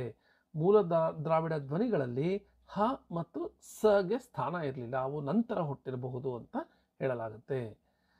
ಘೋಷ ಸ್ಪರ್ಶ ಧ್ವನಿಗಳಾದ ಗ ಜ ಡ ದ ಬ ಮೂಲ ದ್ರಾವಿಡದಲ್ಲಿ ಇರಲಿಲ್ಲ. ಕನ್ನಡ ತೆಲುಗು ಭಾಷೆಗಳಲ್ಲಿ ಬಂದಿರೋದಕ್ಕೆ ಇನ್ನೂ ಕಾರಣ ಗೊತ್ತಾಗಿಲ್ಲ ಅಂತ ಹೇಳಲಾಗುತ್ತೆ. ತಮಿಳು ಭಾಷೆ ಮಾತ್ರ ಮೂಲ ದ್ರಾವಿಡತನವನ್ನು ಹಾಗೆ ಉಳಿಸ್ಕೊಂಡು ಬಂದಿದೆ. ಆದ್ದರಿಂದ ಅಲ್ಲಿ ಅಕ್ಷರಗಳು ಕಡಿಮೆ ಹಾಗೆ ಇದೆ. ಚಕಾರದ ಚರಿತ್ರೆ ದ್ರಾವಿಡ ಭಾಷೆಯಲ್ಲಿ ಒಂದು ಕುತೂಹಲದ ಸಂಗತಿಯಾಗಿದೆ ಅಂತ ಹೇಳಬಹುದು.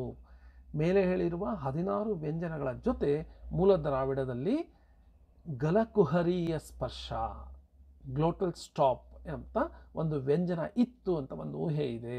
ಇದು ಮಧ್ಯ ದ್ರಾವಿಡ ಭಾಷೆಯಲ್ಲಿ ಬಳಕೆಯಲ್ಲಿದೆ. ಮೂಲ ದ್ರಾವಿಡದ ಯಾವುದೋ ಒಂದು ಉಪಭಾಷೆಯಲ್ಲಿ ಇದು ಹುಟ್ಟಿರಬಹುದು ಅಂತ MB ಎಮಿನೋ ಅವರು ಅಭಿಪ್ರಾಯ ಪಟ್ಟಿದ್ದಾರೆ. ಮತ್ತು ಪ ರ ಳ ಟ ಚ ಕ ಇವುಗಳಿಂದ ಅಂತ್ಯವಾಗುವ ಪದಗಳು ಮೂಲ ದ್ರಾವಿಡದಲ್ಲಿ ಕಡಿಮೆ ಇವೆ. ಇವು ಪದಾಂತ್ಯದಲ್ಲಿ ಬಂದಾಗ ಉ ಸೇರಿ ಸ್ವರಾಂತ್ಯವಾಗುತ್ತೆ. ಕೆಳಗಿನ ವ್ಯಂಜನ ದ್ವಿತ್ವಗಳು ಮೂಲ ದ್ರಾವಿಡ ಪದ ಮಧ್ಯ ಹಾಗೂ ಪದಾಂತ್ಯ ಪರಿಸರಗಳಲ್ಲಿ ಮಾತ್ರ ಬಳಕೆಯಾಗ್ತಾ ಇತ್ತು. ಮೂಲ ದ್ರಾವಿಡದ 4 ಅನುನಾಸಿಕಗಳಲ್ಲಿ ಮ ಮತ್ತು ನಾಗಳು ಪದಾದಿ ಪದಮಧ್ಯ ಅಥವಾ ಪದಾಂತ್ಯದಲ್ಲಿ ಬಳಕೆಯಾದರೆ ನ ಪದಾದಿಯಲ್ಲಿ ಬರ್ತಾ ಇರಲಿಲ್ಲ. ಮೂಲ ದ್ರಾವಿಡ ನ್ಯ ಕನ್ನಡದಲ್ಲಿ ಉಪಧ್ವನಿಮ, ಮಲಯಾಳಂ ಮತ್ತು ತುಳುವಿನಲ್ಲಿ ವಿಶೇಷವಾಗಿ ಈ ನ್ಯ ಬಳಕೆಯಾಗಿದೆ. ಈಗಲೂ ಸಹ ಮಲಯಾಳಿಗಳು ಮಾತಾಡುವಾಗ ಮಲಯಾಳಂನಲ್ಲಿ ಮಾತಾಡಬೇಕಾದ್ರೆ ನ್ಯ ಅನ್ನೋದು ನಾವು ಹೆಚ್ಚು ಕೇಳ್ತೀವಿ. ಈ ಸ್ವರಗಳು ಮತ್ತು ವ್ಯಂಜನಗಳ ಬಗ್ಗೆ ತಿಳ್ಕೊಂಡ್ಮೇಲೆ ಮೂಲ ದ್ರಾವಿಡದ ತದ್ದಿತ ಪ್ರತ್ಯಯಗಳ ಬಗ್ಗೆ ತಿಳ್ಕೊಳ್ಳೋಣ. ತದ್ದಿತ ಅಂದರೆ ಒಂದು ನಾಮಪದಕ್ಕೆ ತದ್ದಿತ ಪ್ರತ್ಯಯ ಸೇರಿದಾಗ ಬೇರೆಯೇ ಅರ್ಥ ನೀಡುವ ಮತ್ತೊಂದು ನಾಮಪದ ಬರೋದು ತದ್ದಿತ ಅನ್ನೋದು ನಿಮಗೆಲ್ಲ ಗೊತ್ತಿರುತ್ತೆ. ಉದಾಹರಣೆಗೆ ಬಳೆಗಾರ, ಬಳೆಗೆ ಗಾರ ಸೇರಿಸಿದ್ರೆ ಬೇರೆಯೇ ಅರ್ಥ ಬರುತ್ತೆ, ಬೇರೆಯೇ ನಾಮಪದ ಬರುತ್ತೆ. ಹೀಗೆ ಮೂಲ ದ್ರಾವಿಡದಲ್ಲಿ ಅ ಆ ಇ ಉ ಇವುಗಳಲ್ಲಿ ಯಾವುದೊಂದು ಸ್ವರವು ತದ್ದಿತ ಪ್ರತ್ಯಯ ಆಗಬಹುದು. ಕೆಲವೊಮ್ಮೆ ದೀರ್ಘ ಸ್ವರ ಸಹ ತದ್ದಿತ ಪ್ರತ್ಯಯವಾಗಬಹುದು. ಇನ್ನೂ ಕೆಲವೊಮ್ಮೆ ವ್ಯಂಜನಗಳು ಸಹ ತದ್ದಿತ ಪ್ರತ್ಯಯ ಆಗಬಹುದು. ಕೆಲವು ಸಲ ತದ್ದಿತ ಸ್ವರದೊಡನೆ ವ್ಯಂಜನ ದ್ವಿತ್ವಗಳು ಸೇರಿ ಪ್ರತ್ಯಯ ಆಗಬಹುದು ಅನ್ನೋದು ವಿದ್ವಾಂಸರು ಹೇಳಿದ್ದಾರೆ. ಇನ್ನು ಮೂಲ ದ್ರಾವಿಡದಲ್ಲಿ ವಿಭಕ್ತಿ ಪ್ರತ್ಯಯಗಳು ಹೇಗಿತ್ತು ಅನ್ನೋದಾದರೆ, ಪ್ರಥಮ ವಿಭಕ್ತಿಗೆ ಪ್ರತ್ಯೇಕ ಪ್ರತ್ಯಯ ಇರಲಿಲ್ಲ. ದ್ವಿತೀಯ ವಿಭಕ್ತಿ ಪ್ರತ್ಯಯ ಸಹ ಕೆಲವು ಕಡೆ ಐಚ್ಛಿಕ ಆಗಿತ್ತು. ಆದ್ದರಿಂದ ಈಗಲೂ ಸಹ ಐಚ್ಛಿಕವಾಗಿರೋದ್ರಿಂದ ಮೂಲ ದ್ರಾವಿಡದಲ್ಲಿ ಇದು ಇದ್ದಿರಲಾರದು ಅಂತ ಅಭಿಪ್ರಾಯ ಇದೆ. ಮೂಲ ದ್ರಾವಿಡದಲ್ಲಿ ಇದ್ದಿರಬಹುದಾದ ವಿಭಕ್ತಿ ಪ್ರತ್ಯಯಗಳನ್ನು ಕ್ರೋಢೀಕರಿಸುವ ಪ್ರಯತ್ನ ನಡೀತಾ ಇದೆ. ಸಹತ್ವ ಸೂಚಕ ಸೋಶಿಯೇಟಿವ್ ಅಂತ ಹೇಳ್ತಾರೆ, ಆ ಪ್ರತ್ಯಯ ಇತ್ತು ಅನ್ನೋದು ಸಹ ಒಂದು ಅಭಿಪ್ರಾಯ ಇದೆ. ಉದಾಹರಣೆಗೆ ಆನ್, ಅಲ್, ಓಡು, ಓಡು ಇವೆಲ್ಲ ಸಹತ್ವ ಸೂಚಕ ಪ್ರತ್ಯಯಗಳು. ಇನ್ನು ಸರ್ವನಾಮಗಳ ಬಗ್ಗೆ ಹೇಳೋದಾದರೆ, ಮೂಲ ದ್ರಾವಿಡ ಭಾಷೆಯ ಸರ್ವನಾಮಗಳು ಲಿಂಗ ಮತ್ತು ವಚನಗಳನ್ನು ಸೂಚಿಸುತ್ತೆ. ಪ್ರಥಮ ಪುರುಷ ಅವನು, ಅವಳು, ಅವರು ಇದರಲ್ಲಿ ಏಕವಚನ ಹಾಗೂ ಲಿಂಗಭೇದ ಇದೆ. ಈ ಪ್ರಥಮ ಪುರುಷ ಏಕವಚನದಲ್ಲಿ ಲಿಂಗಭೇದ ಇದೆ, ಅವನು ಮತ್ತು ಅವಳು ಲಿಂಗಭೇದ ಇದೆ.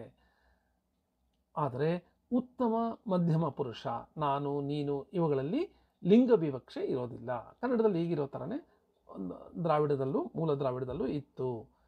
ಉತ್ತಮ ಪುರುಷ ಬಹುವಚನದಲ್ಲಿ ಸಮಾವೇಶಕ ಮತ್ತು ಅಸಮಾವೇಶಕ, ಇನ್ಕ್ಲೂಸಿವ್ ಮತ್ತು ಎಕ್ಸ್ಕ್ಲೂಸಿವ್ ಎಂಬ 2 ಬಗೆಯ ವಿಭಾಗ ಮೂಲ ದ್ರಾವಿಡದಲ್ಲಿ ಇದ್ದದ್ದು ಒಂದು ವಿಶೇಷ ಅಂತ ಹೇಳಬಹುದು. ಮೂಲ ದ್ರಾವಿಡ ದರ್ಶಕ ಸರ್ವನಾಮಗಳು ಅ, ಇ ಮತ್ತು ಉ ಸ್ವರಗಳಿಂದ ಆದವು. ಪ್ರಶ್ನಾರ್ಥಕ ಸರ್ವನಾಮಗಳು ಎ ಮತ್ತು ಎ ಧ್ವನಿಗಳಿಂದ ಆಗಿರಬೇಕು ಅಂತ ವಿದ್ವಾಂಸರು ಊಹಿಸಿದ್ದಾರೆ. ಅಂತಿಮವಾಗಿ ಪುರುಷವಾಚಕ ಸರ್ವನಾಮಗಳು ಯಾವ್ಯಾವುದು ಅಂತ ನೋಡೋದಾದರೆ, ಪುರುಷವಾಚಕಗಳಲ್ಲಿ ಉತ್ತಮ ಪುರುಷ, ಮಧ್ಯಮ ಪುರುಷ, ಪ್ರಥಮ ಪುರುಷ, ಆತ್ಮಾರ್ಥಕ ಸರ್ವನಾಮ, ಪ್ರಶ್ನಾರ್ಥಕ ಸರ್ವನಾಮ ಅಂತ ಇರುತ್ತೆ. ಇದರಲ್ಲಿ ಏಕವಚನ ಮತ್ತು ಬಹುವಚನಗಳು ಹೇಗಿತ್ತು ಅಂದರೆ, ಉತ್ತಮ ಪುರುಷದಲ್ಲಿ ಯಾನ್ ಮತ್ತು ಯಾಮ್, ಮಧ್ಯಮ ಪುರುಷದಲ್ಲಿ ನೀನ್ ಮತ್ತು ನೀರ್, ಪ್ರಥಮ ಪುರುಷದಲ್ಲಿ ಅವನ್ ಅವರ್, ಬಹುವಚನ ಅವರ್ ಅವೈ, ಆತ್ಮಾರ್ಥಕ ಸರ್ವನಾಮದಲ್ಲಿ ತಾನ್ ಏಕವಚನ, ಬಹುವಚನ ತಾಮ್ ಮತ್ತು ಪ್ರಶ್ನಾರ್ಥಕದಲ್ಲಿ ಯಾ ಅನ್ನೋದು ಇತ್ತು ಅಂತ ವಿದ್ವಾಂಸರು ಗುರುತಿಸಿದ್ದಾರೆ. ಇನ್ನು ಮೂಲ ದ್ರಾವಿಡದಲ್ಲಿ ಬಹುವಚನ ಪ್ರತ್ಯಯಗಳು ಹೇಗಿತ್ತು ಅಂತ ನೋಡೋದಾದ್ರೆ ಅರ್, ವರ್, ಕಳ್, ಳ್ ಇವು ಬಹುವಚನ ಪ್ರತ್ಯಯಗಳು ಆಗಿತ್ತು ಅಂತ ಹೇಳಲಾಗುತ್ತೆ. ಇವುಗಳೇ ಈಗ ಪುನರಾರ್ಜಿತ ಪ್ರತ್ಯಯಗಳಾಗಿ ಬಳಕೆ ಆಗ್ತಾ ಇದೆ. ಇವುಗಳಲ್ಲಿ ಅರ್ ಮತ್ತು ವರ್ಗಳು ಮಹತ್ ವರ್ಗಕ್ಕೂ, ಳ್ ಮತ್ತು ಕಳ್ಗಳು ಅಹಮತ್ ವರ್ಗಕ್ಕೂ ಅನ್ವಯ ಆಗ್ತಾ ಇತ್ತು. ಮಹತ್ ವರ್ಗ ಅಂದ್ರೆ ಅದು ಉತ್ತಮವಾದದ್ದು, ಅಹಮತ್ ಅಂದ್ರೆ ಅಧಮವಾದದ್ದು ಅಂತ ಹೇಳ್ತಾ ಇತ್ತು. ಇವುಗಳಲ್ಲದೆ ಇರ್ ಮತ್ತು ಎರ್ ಮತ್ತು ಆರ್ ಪ್ರತ್ಯಯಗಳು ಸಹ ಬಳಕೆಯಾಗ್ತಾ ಇತ್ತು. ವರ್ ಪ್ರತ್ಯಯ ಸಂಖ್ಯಾವಾಚಕಗಳಿಗೆ ಬಳಕೆಯಾಗ್ತಾ ಇತ್ತು. ಉದಾಹರಣೆಗೆ ಈರ್ವರ್, ಮೂವರ್, ನಾಲ್ವರ್ ಅನ್ನೋದು ನಾವು ಇಲ್ಲಿ ನೋಡಬಹುದು. ಎಲ್ಲಾ ದ್ರಾವಿಡ ಭಾಷೆಗಳಲ್ಲಿ ಗೌರವ ಸೂಚಕ ಏಕವಚನ ಈಗ ಒಂದೇ ತೆರನಾಗಿ ಇಲ್ಲದೆ ಇರೋದ್ರಿಂದ ಅದರ ಪುನರಾವಚನೆ ಕಾರ್ಯ ಕಷ್ಟ ಆಗಿದೆ ಅಂತ ಹೇಳಬಹುದು. ಇನ್ನು ಲಿಂಗ ವ್ಯವಸ್ಥೆ ಮೂಲ ದ್ರಾವಿಡದಲ್ಲಿ ಹೇಗಿತ್ತು ಅಂತ ಹೇಳೋದಾದ್ರೆ ಮಹತ್ ಮತ್ತು ಅಹಮತ್ ಎಂಬ ಎರಡು ವರ್ಗಗಳು ಇತ್ತು. ಆಗ ಮಹತ್ ವರ್ಗದಲ್ಲಿ ಪುಲ್ಲಿಂಗ ಏಕವಚನ ಮತ್ತು ಬಹುವಚನ ಇತ್ತು. ಅಹಮತ್ ವರ್ಗದಲ್ಲಿ ಏಕವಚನ ಮತ್ತು ಬಹುವಚನ ಇದ್ದಿದ್ದು ಸ್ತ್ರೀಲಿಂಗ ಮತ್ತು ನಪುಂಸಕಲಿಂಗಗಳಿಗೆ ಅನ್ವಯ ಆಗ್ತಾ ಇತ್ತು. ಹೇಗೆ ಅಂದ್ರೆ ಈ ಏಕವಚನ ಮಹತ್ ಲಿಂಗ ಅಂದ್ರೆ ಪುಲ್ಲಿಂಗಕ್ಕೆ ಅವನ್, ಅಮಹತ್ ಲಿಂಗಕ್ಕೆ ಪುಲ್ಲಿಂಗೇತರಕ್ಕೆ ಅದು ಅಂತ ಇತ್ತು. ಸ್ತ್ರೀಲಿಂಗಕ್ಕೂ ಆಗ್ತಾ ಇತ್ತು, ನಪುಂಸಕಲಿಂಗಕ್ಕೂ ಆಗ್ತಾ ಇತ್ತು. ಬಹುವಚನ ಮಹತ್ ಲಿಂಗಕ್ಕೆ ಅವರ್ ಅಂತ ಇದ್ರೆ ಅಹಮತ್ ಲಿಂಗಕ್ಕೆ ಅಮಹತ್ ಲಿಂಗಕ್ಕೆ ಅವೈ ಅಂತ ಆಗ್ತಾ ಇತ್ತು. ಈಗಲೂ ಸಹ ನಾವು ಬಹಳಷ್ಟು ಪ್ರದೇಶಗಳಲ್ಲಿ ನಾವು ನೋಡಬಹುದು ತಾಯಿಗೆ ಅಥವಾ ಹೆಣ್ಣಿಗೆ ಅವೈ ಅಂತ ಹೇಳ್ತಾರೆ ಅಥವಾ ಅದು ಅಂತ ಹೇಳ್ತಾರೆ. ಆದರೆ ನಂತರ ದಕ್ಷಿಣ ದ್ರಾವಿಡ ಭಾಷೆಗಳಲ್ಲಿ ಈ ವಿಭಜನೆ ಬದಲಾಗಿದ್ದು ಸ್ತ್ರೀಲಿಂಗವನ್ನ ಮಹತ್ ವರ್ಗಕ್ಕೆ ಸೇರಿಸಿ ಮಾನವ ಮತ್ತು ಮಾನವೇತರ ಎಂಬ ಭೇದವನ್ನ ಮಾಡಿಕೊಳ್ಳಲಾಗಿದೆ. ಪುಲ್ಲಿಂಗ ಮತ್ತು ಸ್ತ್ರೀಲಿಂಗಗಳು ಮಹತ್ ವರ್ಗಕ್ಕೆ ಬಂದು ನಪುಂಸಕಲಿಂಗ ಅಮಹತ್ ಲಿಂಗಕ್ಕೆ ಸೇರಿಸಲಾಗಿದೆ. ಕ್ರಿಯಾಧಾತುಗಳು ಮೂಲ ದ್ರಾವಿಡದಲ್ಲಿ ಹೇಗಿತ್ತು ಅಂತ ನೋಡೋದಾದ್ರೆ ಈ ಕ್ರಿಯಾಧಾತು ಹಾಗೂ ನಾಮಪದಗಳು ಹೆಚ್ಚಾಗಿ ವ್ಯಂಜನಾಂತವಾಗಿತ್ತು ಮತ್ತು ಏಕಾಕ್ಷರಿಗಳಾಗಿದ್ವು. ಅನಂತರ ಬರ್ತಾ ಸ್ವರಾಂತವಾಗಿ ಬೇರೆ ಬೇರೆ ದ್ರಾವಿಡ ಭಾಷೆಗಳಲ್ಲಿ ಮಾರ್ಪಟ್ಟವು. ಈ ಪರಿವರ್ತನೆ ಈಗ ನಾವು ಕಂಡ್ರು ಅದು ಮೂಲ ದ್ರಾವಿಡದಲ್ಲೇ ಆರಂಭವಾಗಿರಬಹುದು ಅಂತ ಹೇಳಲಾಗುತ್ತೆ. ಮೂಲ ದ್ರಾವಿಡದ ಕ್ರಿಯಾಧಾತುಗಳನ್ನ ಗುರುತಿಸೋದು ಹೇಗೆ ಅಂದ್ರೆ ಹ್ರಸ್ವ ಸ್ವರದಿಂದ ಒಡಗೂಡುತ್ತಾ ಇದ್ವು ಅಥವಾ ದೀರ್ಘ ಸ್ವರದಿಂದ ಒಡಗೂಡುತ್ತಾ ಇತ್ತು. ಅವನ್ನ ದೀರ್ಘ ಸ್ವರದಿಂದ ಒಡಗೂಡಿದ್ರೆ ಸ್ವರಾಂತ ಅಥವಾ ವ್ಯಂಜನಾಂತ ಅಂತ ವಿಭಜಿಸಲಾಗ್ತಾ ಇತ್ತು. ಮೂರನೇದಾಗಿ ಎಲ್ಲಾ ಕ್ರಿಯಾಧಾತುಗಳು ಸ್ವತಂತ್ರ ಹಾಗೂ ಬದ್ಧವಾಗಿ ಬಳಕೆಯಲ್ಲಿತ್ತು. ದೀರ್ಘಯುಕ್ತವಾದುದು ಹೆಚ್ಚಾಗಿ ಸ್ವತಂತ್ರವಾಗಿಯೇ ಪ್ರಯೋಗ ಆಗ್ತಾ ಇತ್ತು. ಇದು ಕ್ರಿಯಾಧಾತುವಿನ ಮೂಲ ದ್ರಾವಿಡದಲ್ಲಿ ಕ್ರಿಯಾಧಾತುವಿನ ಲಕ್ಷಣಗಳು ಅಂತ ಹೇಳಬಹುದು.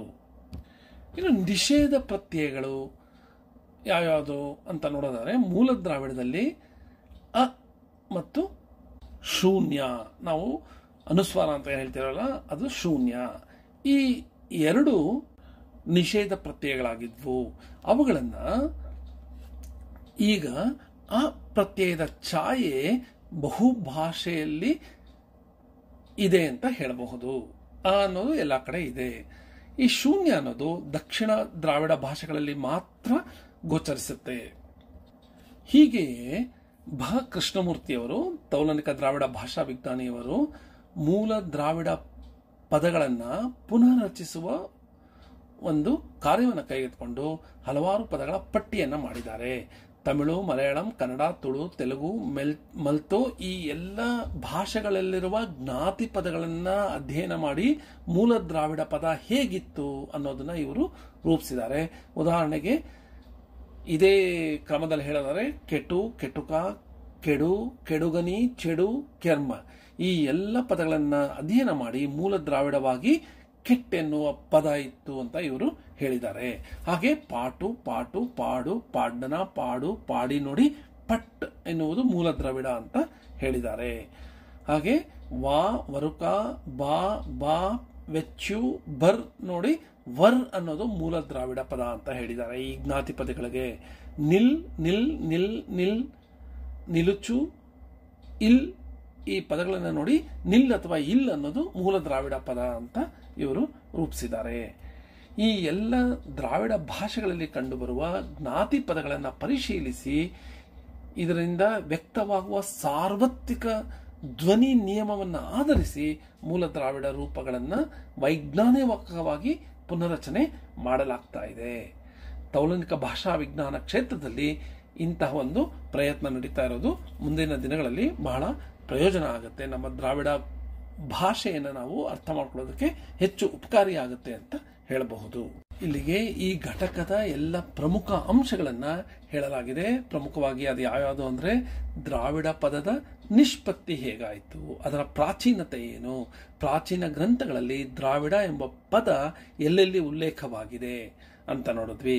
ನಂತರ ದ್ರಾವಿಡ ಪದದ ನಿಷ್ಪತ್ತಿಯ ಬಗ್ಗೆ ವಿವಿಧ ವಿದ್ವಾಂಸರುಗಳು ಏನೇನು ಅಭಿಪ್ರಾಯ ಪಟ್ಟಿದ್ದಾರೆ ಅಂತ ತಿಳ್ಕೊಂಡ್ವಿ. ಬಹುತೇಕರು ದ್ರಾವಿಡ ಎನ್ನುವ ಪದವೇ ಸಂಸ್ಕೃತದಿಂದ ಬಂದಿದ್ದು ಅನ್ನೋದನ್ನು ನಾವು ನೋಡಿದ್ವಿ. ನಂತರ ದ್ರಾವಿಡ ಜನಾಂಗ ಅಂದ್ರೆ ಯಾರು, ಭಾರತದ ಪ್ರದೇಶಕ್ಕೆ ಬಂದಿರುವ ಬೇರೆ ಬೇರೆ ಜನಾಂಗಗಳು ಯಾವ್ಯಾವುದು ಅಂತ ನೋಡಿದ್ವಿ. ಮೊದಲು ಬಂದ ನೀಗ್ರೋ, ನಂತರ ಆಸ್ಟ್ರಿಕ್, ನಂತರ ದ್ರಾವಿಡ, ನಂತರ ಆರ್ಯ, ನಂತರ ಮಂಗೋಲಿಯನ್ ಜನಾಂಗದವರು ಭಾರತಕ್ಕೆ ಬಂದಿರೋದನ್ನ ನಾವು ಗಮನಿಸಿದ್ವಿ. ನಂತರ ಮೂಲ ದ್ರಾವಿಡ ಭಾಷೆಯ ಸ್ವರೂಪ ಹೇಗಿತ್ತು, ಸ್ವರಗಳು, ವ್ಯಂಜನಗಳು ಹೇಗಿತ್ತು ಅಂತ ನೋಡಿದ್ವಿ. ನಂತರ ಈಗಿರುವ ಎಲ್ಲ ದ್ರಾವಿಡ ಭಾಷೆಗಳನ್ನು ಅಧ್ಯಯನ ಮಾಡಿ ಮೂಲ ದ್ರಾವಿಡ ಭಾಷೆಯ ಪುನಾರಚನೆಯನ್ನ ಹೇಗೆ ಮಾಡಬಹುದು ಅನ್ನೋದನ್ನ ನೋಡಿದ್ವಿ. ಆ ಮೂಲ ದ್ರಾವಿಡ ಭಾಷೆಯ ಪುನಾರಚನೆ ಮಾಡಬೇಕಾದ್ರೆ ಸ್ವರಧ್ವನಿಗಳು ಹೇಗಿತ್ತು, ವ್ಯಂಜನಗಳು ಹೇಗಿತ್ತು, ತದ್ದಿತ ಪ್ರತ್ಯಯಗಳು ಯಾವ್ಯಾವುದು, ವಿಭಕ್ತಿ ಪ್ರತ್ಯಯಗಳು ಯಾವ್ಯಾವುದು, ಸರ್ವನಾಮಗಳು, ಬಹುವಚನ ಪ್ರತ್ಯಯಗಳು, ಲಿಂಗ ವ್ಯವಸ್ಥೆ ಹೇಗಿತ್ತು ಮೂಲ ದ್ರಾವಿಡದಲ್ಲಿ, ಕ್ರಿಯಾಧಾತುಗಳು ಹೇಗಿರಬಹುದು, ನಿಷೇಧ ಪ್ರತ್ಯಯಗಳು ಮೂಲ ದ್ರಾವಿಡದಲ್ಲಿ ಹೇಗಿರಬಹುದು ಅನ್ನೋದನ್ನೆಲ್ಲ ಭಾಷಾ ವಿಜ್ಞಾನಿಗಳು ಅದಕ್ಕೆ ಒಂದು ರೂಪವನ್ನು ಕೊಡ್ತಾ ಇದ್ದಾರೆ ಮೂಲ ದ್ರಾವಿಡ ಭಾಷೆಗೆ ಅಂತ ನಾವು ಈ ಘಟಕದಲ್ಲಿ ಗಮನಿಸಿದ್ವಿ. ಇಲ್ಲಿಗೆ ಈ ಘಟಕದ ಎಲ್ಲ ಅಂಶಗಳು ಈ ವಿಡಿಯೋದಲ್ಲಿ ಹೇಳಲಾಗಿದೆ. ಇದು ನಿಮಗೆ ಅರ್ಥ ಆಗಿದ್ರೆ ಈ ವಿಡಿಯೋ ಕೆಳಗಡೆ ಇರುವ ಕಾಮೆಂಟ್ ಬಾಕ್ಸ್ನಲ್ಲಿ ನಿಮ್ಮ ಅಭಿಪ್ರಾಯವನ್ನು ತಿಳಿಸಬೇಕಾಗಿ ವಿನಂತಿ. ಧನ್ಯವಾದಗಳು.